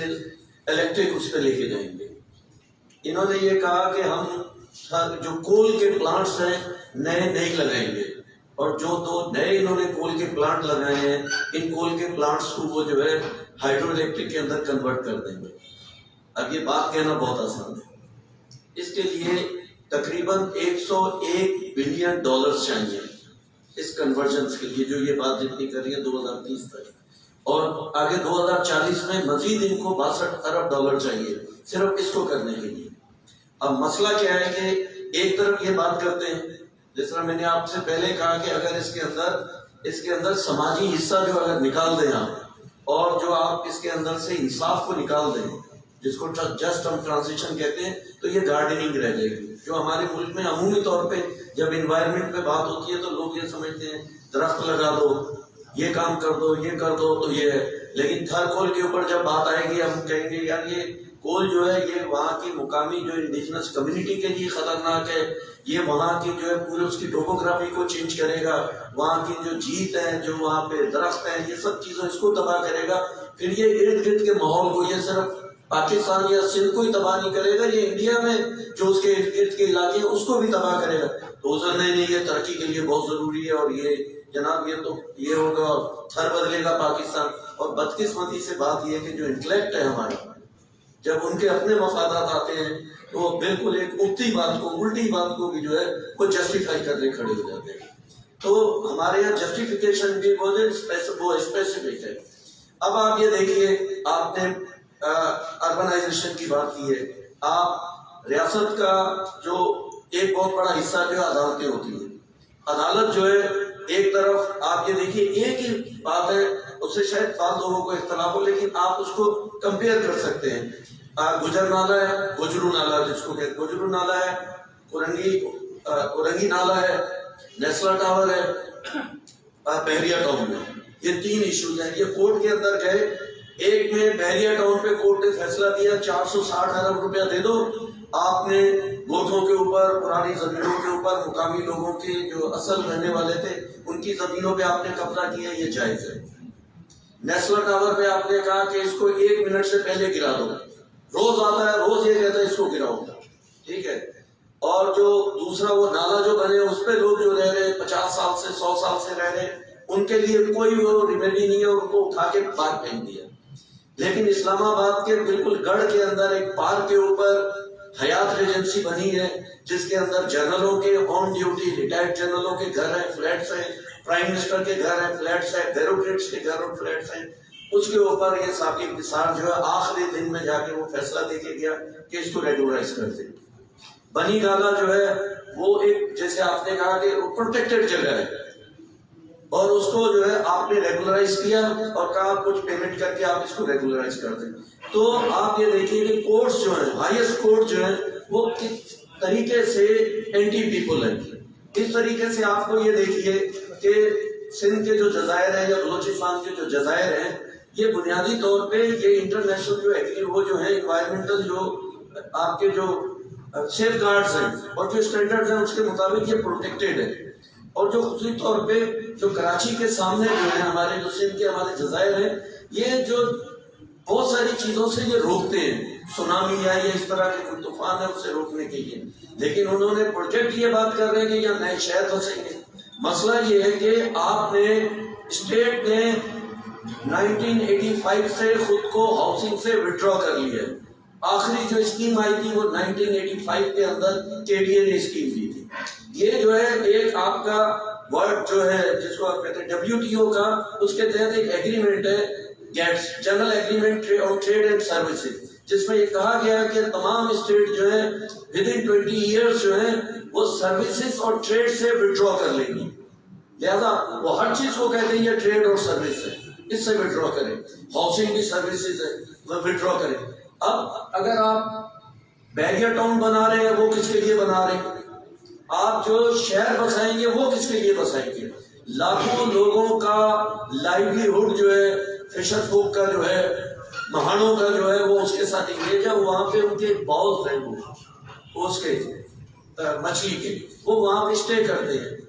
और आप उसके ऊपर वो बनाना चाहते हैं। और आम आदमी जो है वो ये कह रहा होता है ये ठीक हो रहा है यार, अच्छा है, तरक्की करेगी। आप ये देखिए यहाँ पोर्ट कासिम बना, मुकामी लोगों की बस्तियों को हटाया गया। स्टील मिल बनी, मुकामी लोगों की बस्तियों को हटाया गया। आज आप बताएं स्टील मिल के अंदर कोई चपड़ासी भी पोर्ट कासिम के अंदर और कराची पोर्ट ट्रस्ट के अंदर एक मुकामी जो वो है जो कम्युनिटीज थे उनका एक आदमी पीएन भी लेंगे। तो डेवलपमेंट के नाम पे जो कुछ शहरों में होता है वो मजाक होता है। तो इसलिए मैं ये समझता हूँ कि ये इसका रोकना इस मुल्क के अंदर ये बिल्कुल एक पॉलिटिकल क्वेश्चन है। और पॉलिटिकल पाकिस्तान ने आप देखिए 1992 के अंदर ये जो है कॉप को ये जो साइन किया था और पाकिस्तान हिस्सा बना, वो क्या है UNFCCC जो है यूनाइटेड नेशन का जो फ्रेमवर्क, इसका क्लाइमेट चेंज जो कंट्रीब्यूशन, इसका वो हिस्सा बना नवाज शरीफ के पीरियड में। बेनजीर साहिबा के पीरियड 1994 के अंदर जो है आपने इसको पार्लियामेंट ने रेटिफाई किया। लेकिन मुझे बताइए पिछली सदी के आखिरी दिहाई के अंदर आपने ये किया और क्वार्टर सेंचुरी जो गुजर गई है, कोई इन्वायरमेंट के ऊपर कोई एक काम ऐसा हो जो पाकिस्तानी स्टेट कहे कि हमने ये किया है, ये पैसा लेने के लिए तैयार रहे। अब मुझे जो खौफ ये है कि जो हमारी मूवमेंट है पूरी दुनिया के अंदर, जो लोग लड़ रहे हैं, ये अगर प्लेज कर लेंगे ये पैसे देना, $100 बिलियन जो देना शुरू करेंगे और ये हर साल जब आना शुरू होगा और पाकिस्तान के हिस्से में भी आएगा, तो ये जो है यहाँ के जो स्टेट है और स्टेट एपरेटस को जो चलाने वाले हैं उनके बारे में आने होंगे, लोगों तक ये नहीं पहुंचेगा। इसके लिए मैं ये समझता हूँ कि एक बड़ी मूवमेंट की जरूरत है। और सिंध के अंदर दूसरी तौर पे मैं ये समझता हूँ कि हम सबसे ज्यादा वल्नरेबल हैं और ये जो थर के अंदर जो कुछ मजाक हो रहा है, इस मजाक को रोकने के लिए लड़ने की जरूरत है। मेहरबानी नासिर साहब आओ कहानी आखिरी सवाल हिंदुस्तान न असांजे सवाल जा हिकिड़ो जीअं साईं नासिर ॻाल्हि कई आहे त इहो जेको थरकोल आहे लोग लॻण ॾे चढ़ी लॻण माना माण्हू दुनिया सॼी जेका आहे उहा चए थी त कोयलो बंदि करियो, बतदली कोयले जी जेको इस्तेमालु आहे या हुन में जेका कार्बन डाइऑक्साइड निकिरे थी इहो ख़तमु करणी आहे असांखे। लोग लॻे पियो था ऐं असांजो मुल्क जेको आहे असांजी रियासत आहे उहा चढ़ी अचे पई, वो कोयले जे इस्तेमाल जे लाइ चाइना जी ग़ुलामी इहो मामलो आहे। असांखे इहो ॿुधाइजो त इन कोयले जो जेको इस्तेमालु आहे उहो दुनिया में ख़तमु थिए थो, हिते वधीक थिए थो, इन जो जेको मजमूई असरु आहे हिकिड़ो त धन ते कहिड़ो आहे, ॿियो ओवरऑल सिंध ते उहो कहिड़ो आहे, ऐं ॿियो हुन जो जेको पासो आहे असां इहो आहे त तलूर जो शिकार थियो जंहिंजो शहीद नाज़िम जो थियो, असां हिते सोचाई आहे उन जी वुल्नरेबिलिटी आहे, उन ते थोरो जेको असां तव्हां करियो सभु। क्लाइमेट चेंज जॾहिं असां ॻाल्हि कयूं था त उनजो जेको टे मेजर कारण आहे उहो आहे फासिल फ्यूल। फासिल फ्यूल में टे फ्यूल्स आहिनि, हिकिड़ो पेट्रोल तेल, ॿियो गैस ऐं टियों कोयलो। त सॼी दुनिया में हाणे कोयले खे क्लासीफाई कयो वियो आहे एज़ अ डर्टी एनर्जी, ठीकु आहे। हाणे उन में जॾहिं पाकिस्तान में हिते ॻाल्हि कयूं था त उहो हिकिड़ो स्कूल ऑफ थॉट आहे, उहो चए थो त हीअ जेका डेवलप्ड कंट्रीज़ आहे अमेरिका यूरोप इन्हनि त कोयले खे इस्तेमालु कयो, तरक़ी कयूं, ऐं इहे नथा चाहिनि त असां तरक़ी कयूं, इन करे इहे असांजी तरक़ी जा दुश्मन आहिनि। सो ठीकु आहे। ऐं ॿियो इहो आहे त तव्हांखे ख़बर आहे त एनवायरमेंटलिस्ट खे जनरली एंटी डेवलपमेंट कंसिडर कयो, जॾहिं बि को एनवायरमेंट जी ॻाल्हि थींदी आहे, नेचर जी ॻाल्हि थींदी आहे या फितरत जी ॻाल्हि थींदी आहे त हिकदमि लेबलिंग थी वेंदी आहे त बाबा हीअ डेवलपमेंट जे ख़िलाफ़। त सिंधियुनि सां बि इहो अॻियो आहे त जॾहिं सॼी दुनिया में कोयले खे चवनि था त हुनखे दफ़न रहण जो अंदरि ज़मीन जे अंदरि कॾहिं हिकिड़ो न, छाकाणि त फासिल फ्यूल्स जेके आहिनि इहे सॼे जेको अर्ज़ियाती अमल आहे, जियोलॉजिकल जेको प्रोसेस आहे उहो अरबनि सालनि खां पोइ फासिल फ्यूल ठहनि था, जंहिंमें तेल बि आहे ऐं पंहिंजो गैस बि आहे, कोयलो बि आहे। दिलचस्प ॻाल्हि आहे त टई शयूं सिंध में आहिनि ऐं टेई असांजो तवानाई जो प्रोग्राम सिंध में आहे। ऐं ॿी ॻाल्हि इहा आहे त जेको इहो असां फेडरल वफ़ाक़ ऐं जेको सूबनि जे विच में इहो आहे त जेको ज़मीन जे अंदरि आहे उहो ज़मीन जे हेठां आहे उहो वफ़ाक़ जो आहे, जेको ज़मीन जे मथां आहे उहो तव्हां सूबनि जो आहे। ज़मीन जे मथां कुझु कोन्हे, सभु कुझु अंदरि आहे। सो इहो हिकिड़ो दिलचस्प पैराडाइम आहे त जेको ज़मीन जे अंदरि आहे त कोयलो जेको आहे उहो थर जे कॉन्टेक्स्ट में जॾहिं ओपन पिट माइनिंग थींदी या थी रही आहे त उहो उतां जी इकोलॉजी सो थर अॻे ई हिकिड़ो इकोलॉजिकली हिकिड़ो हसास इलाइक़ो आहे ऐं उहो हुनजी जेको दारोमदार आहे सॼो सिंध जा जेके टई ख़िता उहे जेके असांजे 65% सिंध जी ज़मीन एरिड ज़ोन आहे, जंहिंमें थर बि आहे, काछो बि आहे, कोहिस्तान बि आहे, नारा रीजन बि आहे। त 65% एराज़ी असांजी आहे एरिड ज़ोन ऐं उन में थर जेको आहे उनजी जेको प्रिडिक्शन इहा आहे ख़ुदि पाकिस्तान जे मेट डिपार्टमेंट जी स्टडी थियल आहे त फ्यूचर में क्लाइमेट चेंज जे हवाले सां थर वधीक मुतासिर थींदो ऐं उन में जेकॾहिं ज़ाहिर कोयले जो सबबु आहे त उते जेका फाना आहे, फ्लोरा आहे, जीअं अक्सर असांजा दोस्त चवंदा आहिनि उते एतिरी त बायोडाइवर्सिटी आहे ऐं हुनखे थर खे फितरत जो म्यूज़ियम चयो वेंदो आहे। उन फितरत जे म्यूज़ियम में जॾहिं असां ज़ारा इहा हिकिड़ी गड़बड़ कंदासीं त ज़ाहिर आहे उहे न सिर्फ़ु असांजा पखी पखियाण जानवर इंसाननि ते असरु पवंदो ऐं गर्मी पद में बि इज़ाफ़ो थींदो ऐं पोइ उन लाइ वरी हू उनखे जस्टिफाई करण लाइ असांखे ॿुधायो थो वञे त क्लीन एनर्जी सां खणी आहियूं, जंहिंजे करे असां उनखे घटि असरु थींदा। सॼी दुनिया में इहा ॻाल्हि थिए पई त there is no any such clean energy जंहिंसां तव्हां कोल खे प्रोड्यूस करे हुनखे ऐं तव्हां ॾिसो जीअं साईं चए थो त कॉर्पोरेट सेक्टर जो हिकिड़ो वॾो इहो आहे त बाबा सभु माना तव्हां ख़राबु कमु करे पोइ वरी हुनखे ग्रीन डेवलपमेंट जो नालो ॾेई ऐं पोइ तव्हां हुनखे कैश करायो त हीअ असां ग्रीन डेवलपमेंट कयूं पिया। बेसिकली इहा येलो डेवलपमेंट आहे, it is not green development, इहा येलो डेवलपमेंट आहे ऐं इन जे करे असांजी जेका सिंध जा जेके वसीला आहिनि जेके पंहिंजो ख़ासि करे फितरत जे हवाले सां ऐं इकोलॉजी वारा सो थर जो जेको मोर आहे उहो हाणे छो थो करे मीन्स का उते इकोलॉजिकली उतां जो जेको फूड वेब आहे असां तनूर जी ॻाल्हि छो था कयूं, छाकाणि त दुनिया जो जेको हिन फितरत धरतीअ ते जेको बि स्पीशी आहे रुगो हज़रत इंसान न पर नंढो जीत जणे खां वठी पखी पखण ताईं जेको तव्हां अक्सर असां बायोलॉजी जी किताब पढ़ंदा आहियूं फूड वेब, खाधे जी ज़ंजीर, ठीकु आहे। जेकॾहिं ज़ंजीर जी हिकिड़ी बि कड़ी तव्हां टोड़ींदो रिमूव कंदो ज़ंजीर टुटी पवंदी। त हींअर जेकॾहिं थर में मोर मरे थो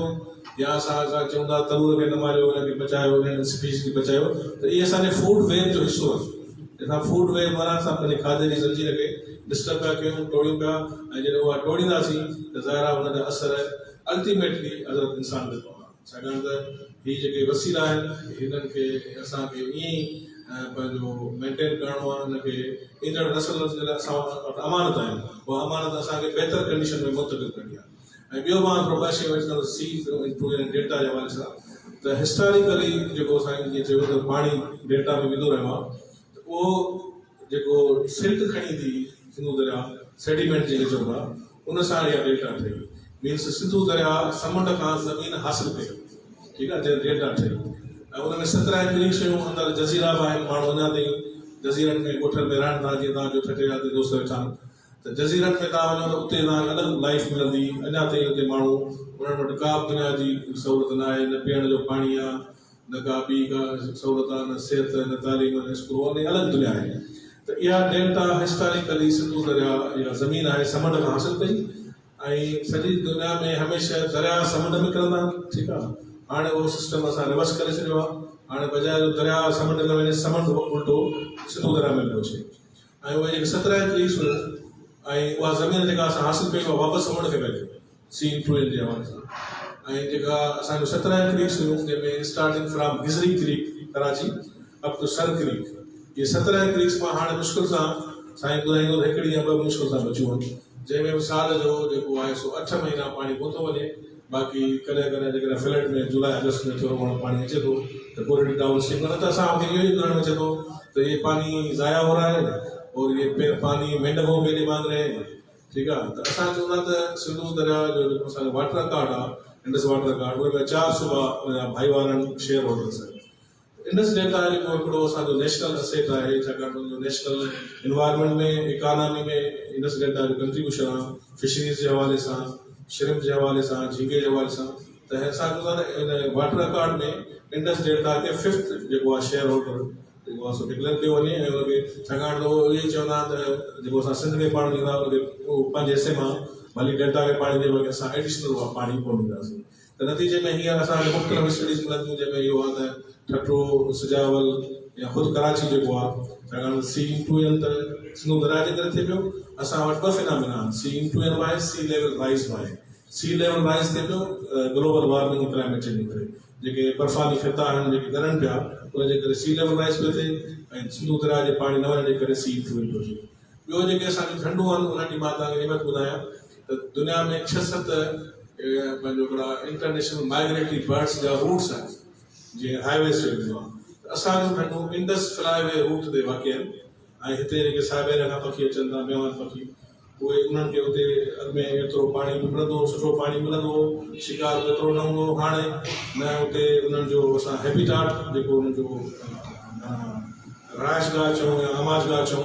उहा थो थी मिले, पाणी जी ढंढुनि जी क्वालिटी ख़राब थी वई आहे। नतीजे में उहे इंडस फ्लाईवे रूट ते बर्ड्स ईंदा, पखी ईंदा,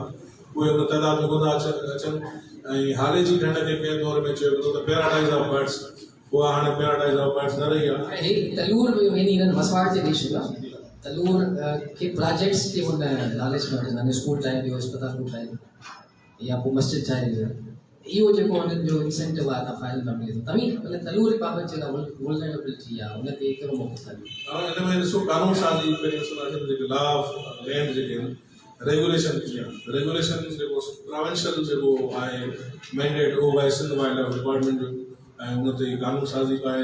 ऐं कंहिं दौर में सिंध वाइल्ड लाइफ डिपार्टमेंट जॾहिं कानून साज़ी ठही या नओं शुरू में ठहियो त ॿियनि सूबनि हिन खे फॉलो कयो। त हे सिंध वाइल्ड लाइफ डिपार्टमेंट हिकिड़ो पायनियर इदारो आहे जंहिं वाइल्ड लाइफ जे हवाले सां। ऐं तव्हांखे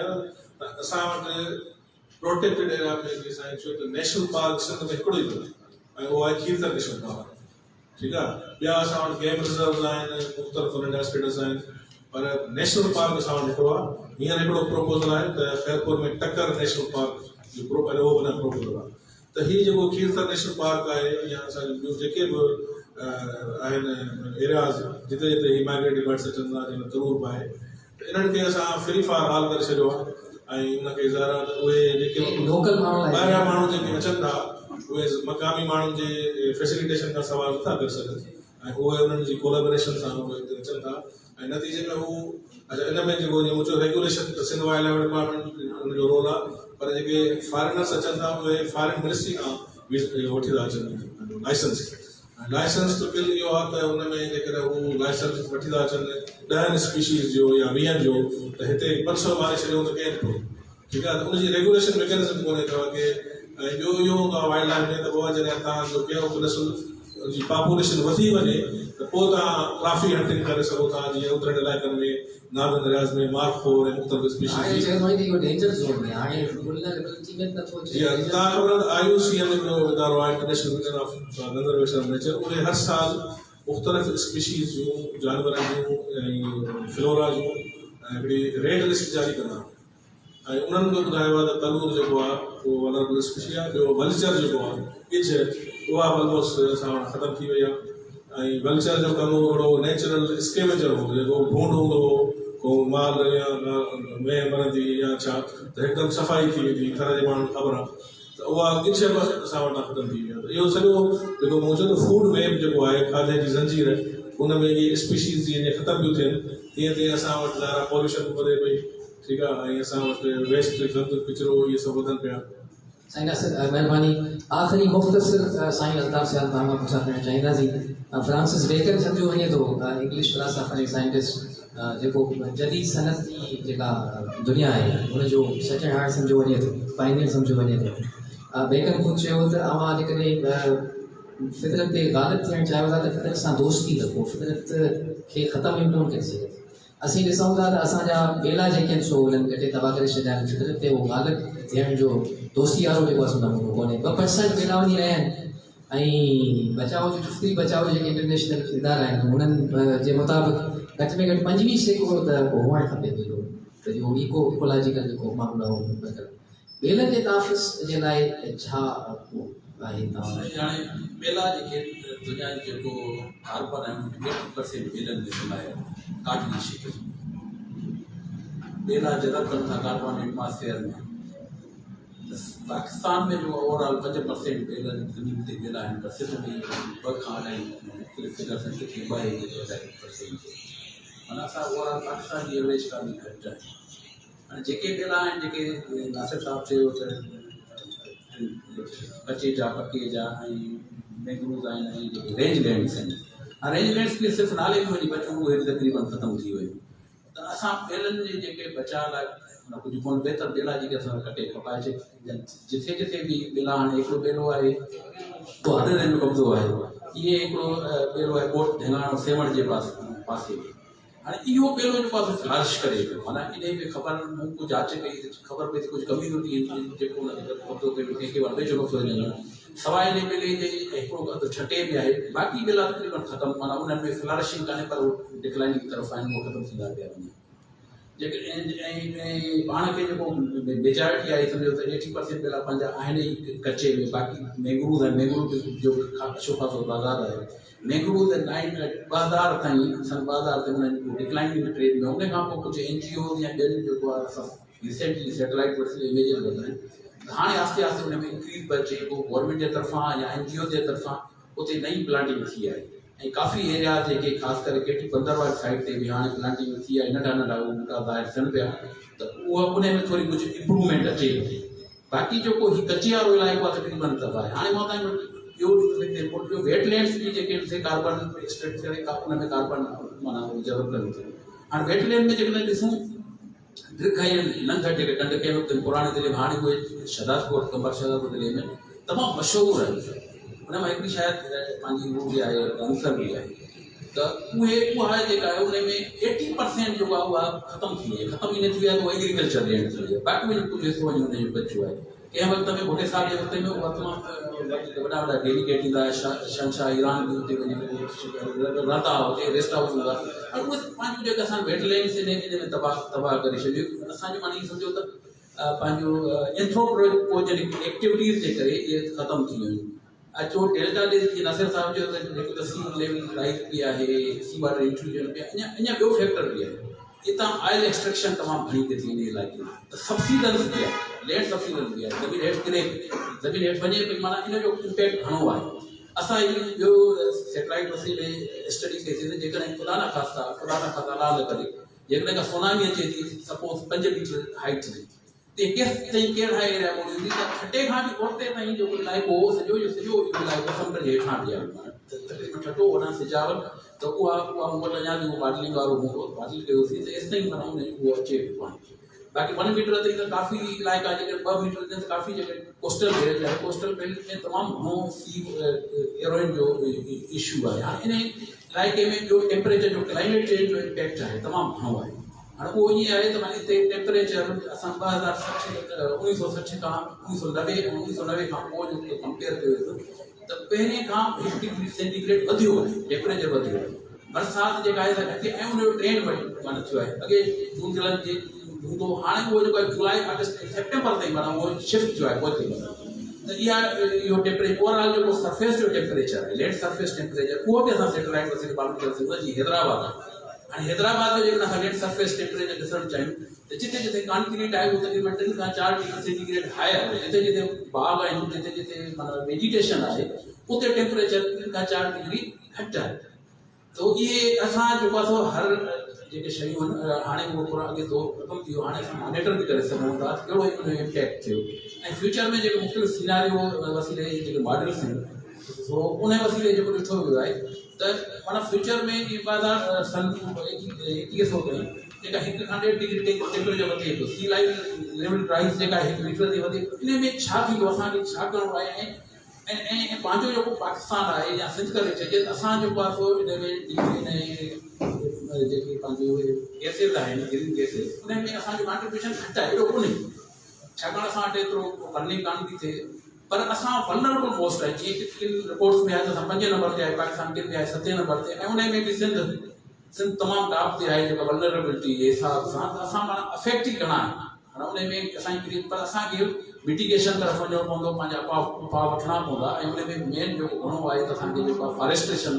उन ते पंहिंजे जेके वेटलैंड्स आहिनि उनखे प्रोटेक्ट करणो पवंदो। वेटलैंड्स जी हालत पाण खे सभिनी खे साम्हूं आहे, मंच साम्हूं आहे। ईंजर में सॼो कोटड़ी जो जेको इंडस्ट्रियल वेस्ट आहे उहो इन में पियो वञे, उनजी क्वालिटी जेको हुते पाणी पीअण जे लाइक़ु कोन्हे, कराची वारा जीवे पर पीअण जो पाणी लाइक़ु कोन्हे, खाले जी त तबाह थी वई। असां पाण जेके वेटलैंड्स आहिनि उन में उन्हनि खे प्रोटेक्ट करण जो आहे। पंहिंजी सॉइल आहे, सॉइल जेका आहे ईअं सम्झो 50% जेका साल्ट अफेक्टेड आहे, सिंध जी लैंड जेका आहे उहा साल्ट अफेक्टेड आहे। ग्राउंड वाटर ॾिसो त 80% ग्राउंड वाटर जेको आहे उहो फ्रेश कोन्हे, उनजो सेलाइन आहे। जेके जिथे जिथे बि फ्रेश वाटर आहे उन जे हेठां बि सेलाइन आहे। उन जे जेकॾहिं असां पंप कंदासीं, जेकॾहिं तव्हां 24 कलाक ट्यूबवेल हलाईंदो त पाणी तव्हांजो खारो थी वेंदो, छाकाणि मथां जेको असांजा जेके ट्यूबवेल आहिनि उहे स्कीमिंग कोयल ते मथां मथां पाणी उहो कढनि पिया, हेठां उनजो बि खारो आहे, त उन जेके टेक्निक सां हलाइबो त उहो बि खारो थी वेंदो। मथां असां लाइनिंग पिया कयूं, जीअं लाइनिंग ऐं उन फ्रेश वाटर एरिया में न करणु खपनि, जिते जल जेको फ्रेश आहे उते कयूं पिया। उनजो एग्ज़ाम्पल हिकिड़ो आहे त राइस कैनाल जेको लाड़काने शहर जे विचां पियो, उन जा 2 किलोमीटर हिननि लाइन करे छॾिया। पहिरीं लाड़काने जो पाणी वॾो हूंदो बिल्कुलु माना फ्रेश जी वेसली जो पाणी, हिकिड़ो पाणी लाड़काने शहर, उहो 3 किलोमीटर हिन जेको लाइन कयो आहे। हाणे पाणी पंहिंजो पीअण जे कोन्हे, हाणे दरिया तां किथां घुराए ईंदासीं, लाड़काने शहर जो जल ख़तमु थी वियो। त असांखे मुंहिंजो आहे त जॾहिं बि इहे कजनि प्लानिंग कजनि, नॉन टेक्निकल माण्हुनि खां न करायूं वञनि, इहे उन जे बुनियाद ते असां प्रोजेक्ट ठाहियूं था, उन जा नतीजा असांखे एड करणु फारिश जी ॻाल्हि कई त कुझु तहरीक जेके सॼी दुनिया में हिकिड़ी तहरीक हुई चिपको मूवमेंट इहा हुई त पंहिंजो हितां जो लोकल कम्यूनिटीज़ माण्हू जेके हुआ से उहे वणनि सां चिपड़ी पता हिननि खे कटिणो न, या असांखे मारियो या वणनि खे कटियो। त असांखे अहिड़ी चिपको मूवमेंट शुरू करणी पवंदी ऐं रुॻो हिकिड़ो ज़ैन दावतपुर न पर हिते हज़ारे ज़ैन दावतपुर असांखे खपनि जेका चिपको गवर्नमेंट असुल ॻाल्हि आहे ज़ाहिर आहे त हिन जिदा खे गवर्नमेंट खे क्लाइमेट चेंज खे पॉलिटिकल पार्टीज़ जी रखणी ज़रूरत। असां ॾिसूं था जेके पार्टियूं हुकूमतुनि में आहिनि उन्हनि जे कोर ऐं फेल में फ़र्क़ु आहे। तव्हां ॾिसो असांजो प्राइम मिनिस्टर हिकिड़ी ॻाल्हि कंदो आहे, ॿिए पासे ॿी ॻाल्हि कंदो आहे। कहिड़ी ॻाल्हि कंदो आहे, हिकिड़े पासे चवंदो आहे त शहर जा मास्टर प्लान खोलनि ऐं असांजी ज़मीन वञे पई, वरी चवंदो आहे त न हाउसिंग सेक्टर जेको आहे सो मुल्क जी इकानमी लाइ ज़रूरी आहे ऐं सरियो ऐं सीमेंट विकिणो आहे। उहा जेकॾहिं तव्हां सरे ऐं सीमेंट जी तरक़ी था चाहियो या ग्रीन एरियाज़ था चाहियो, फॉरेस्ट था चाहियो, त इहो तव्हांखे चॉइस करणी पवंदी। त हीअ असांजी पॉलिटिकल लीडरशिप आहे या कंफ्यूज़ड लीडरशिप आहे। हीअ तय न करे सघिया आहिनि त असांजी चॉइस छा आहे। असांजी चॉइस वण आहिनि, ॿूटा आहिनि, धरती आहे, काइनात आहे, या असांखे सरियो सीमेंट ऐं हीअ कांक्रीट जंगल ठाहिणो आहे। इन मां ज़ाहिर थिए थो त असां जॾहिं डायरेक्शन ही क्लियर ना आहे त करिणो छा आहे त पोइ असांजो क्लाइमेट चेंज सां हाणे तव्हां ॾिसो त क्लाइमेट चेंज जी सीरियसनेस ॾिसो त जॾहिं सॼी दुनिया जा सरबराह हुते वेठे विया त असांजो प्राइम मिनिस्टर हुते कोन वियो ऐं हुते हिकिड़ो फेडरल मिनिस्टर जे लेवल जो माण्हू वियो ऐं उन जॾहिं कॉन्फ्रेंस हली पई त जेका फेडरल सेक्रेटरी क्लाइमेट चेंज जी उनजी ट्रांसफर कई वई इन मां अंदाज़ो लॻायो त असां केतिरा सीरियस आहियूं क्लाइमेट चेंज महिरबानी दोस्तों तव्हां असांजे मौजूद महिमान ये जो अभी आपने कहा ना कि ये तो मैं मुझे बताया दोस्तों ने कि भाई ये पाकिस्तान का भी पवेलियन है, तो मैं वहाँ पवेलियन में गया तो मतलब बहुत ज़बरदस्त था और क्या सूटेड बूटेड लोग बैठे हुए थे वहाँ पर। तो वो बाहर के लोग आ रहे थे, उनसे इंग्लिश में बहुत बात कर रहे थे, वो बता रहे थे दो उनके, एक घटियापन और दूसरा वो गए किसी लिए। तो वहाँ हर पवेलियन पे उन्होंने चाय कॉफ़ी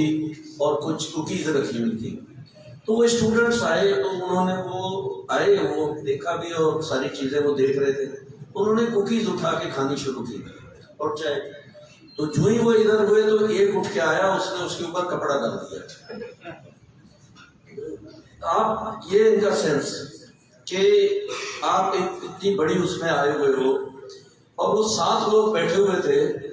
तो मैं साइड पे खड़ा था, वो आपस में बात क्या कर रहे थे। वो ये कर रहे थे यार इधर से जल्दी से फारिग हूँ,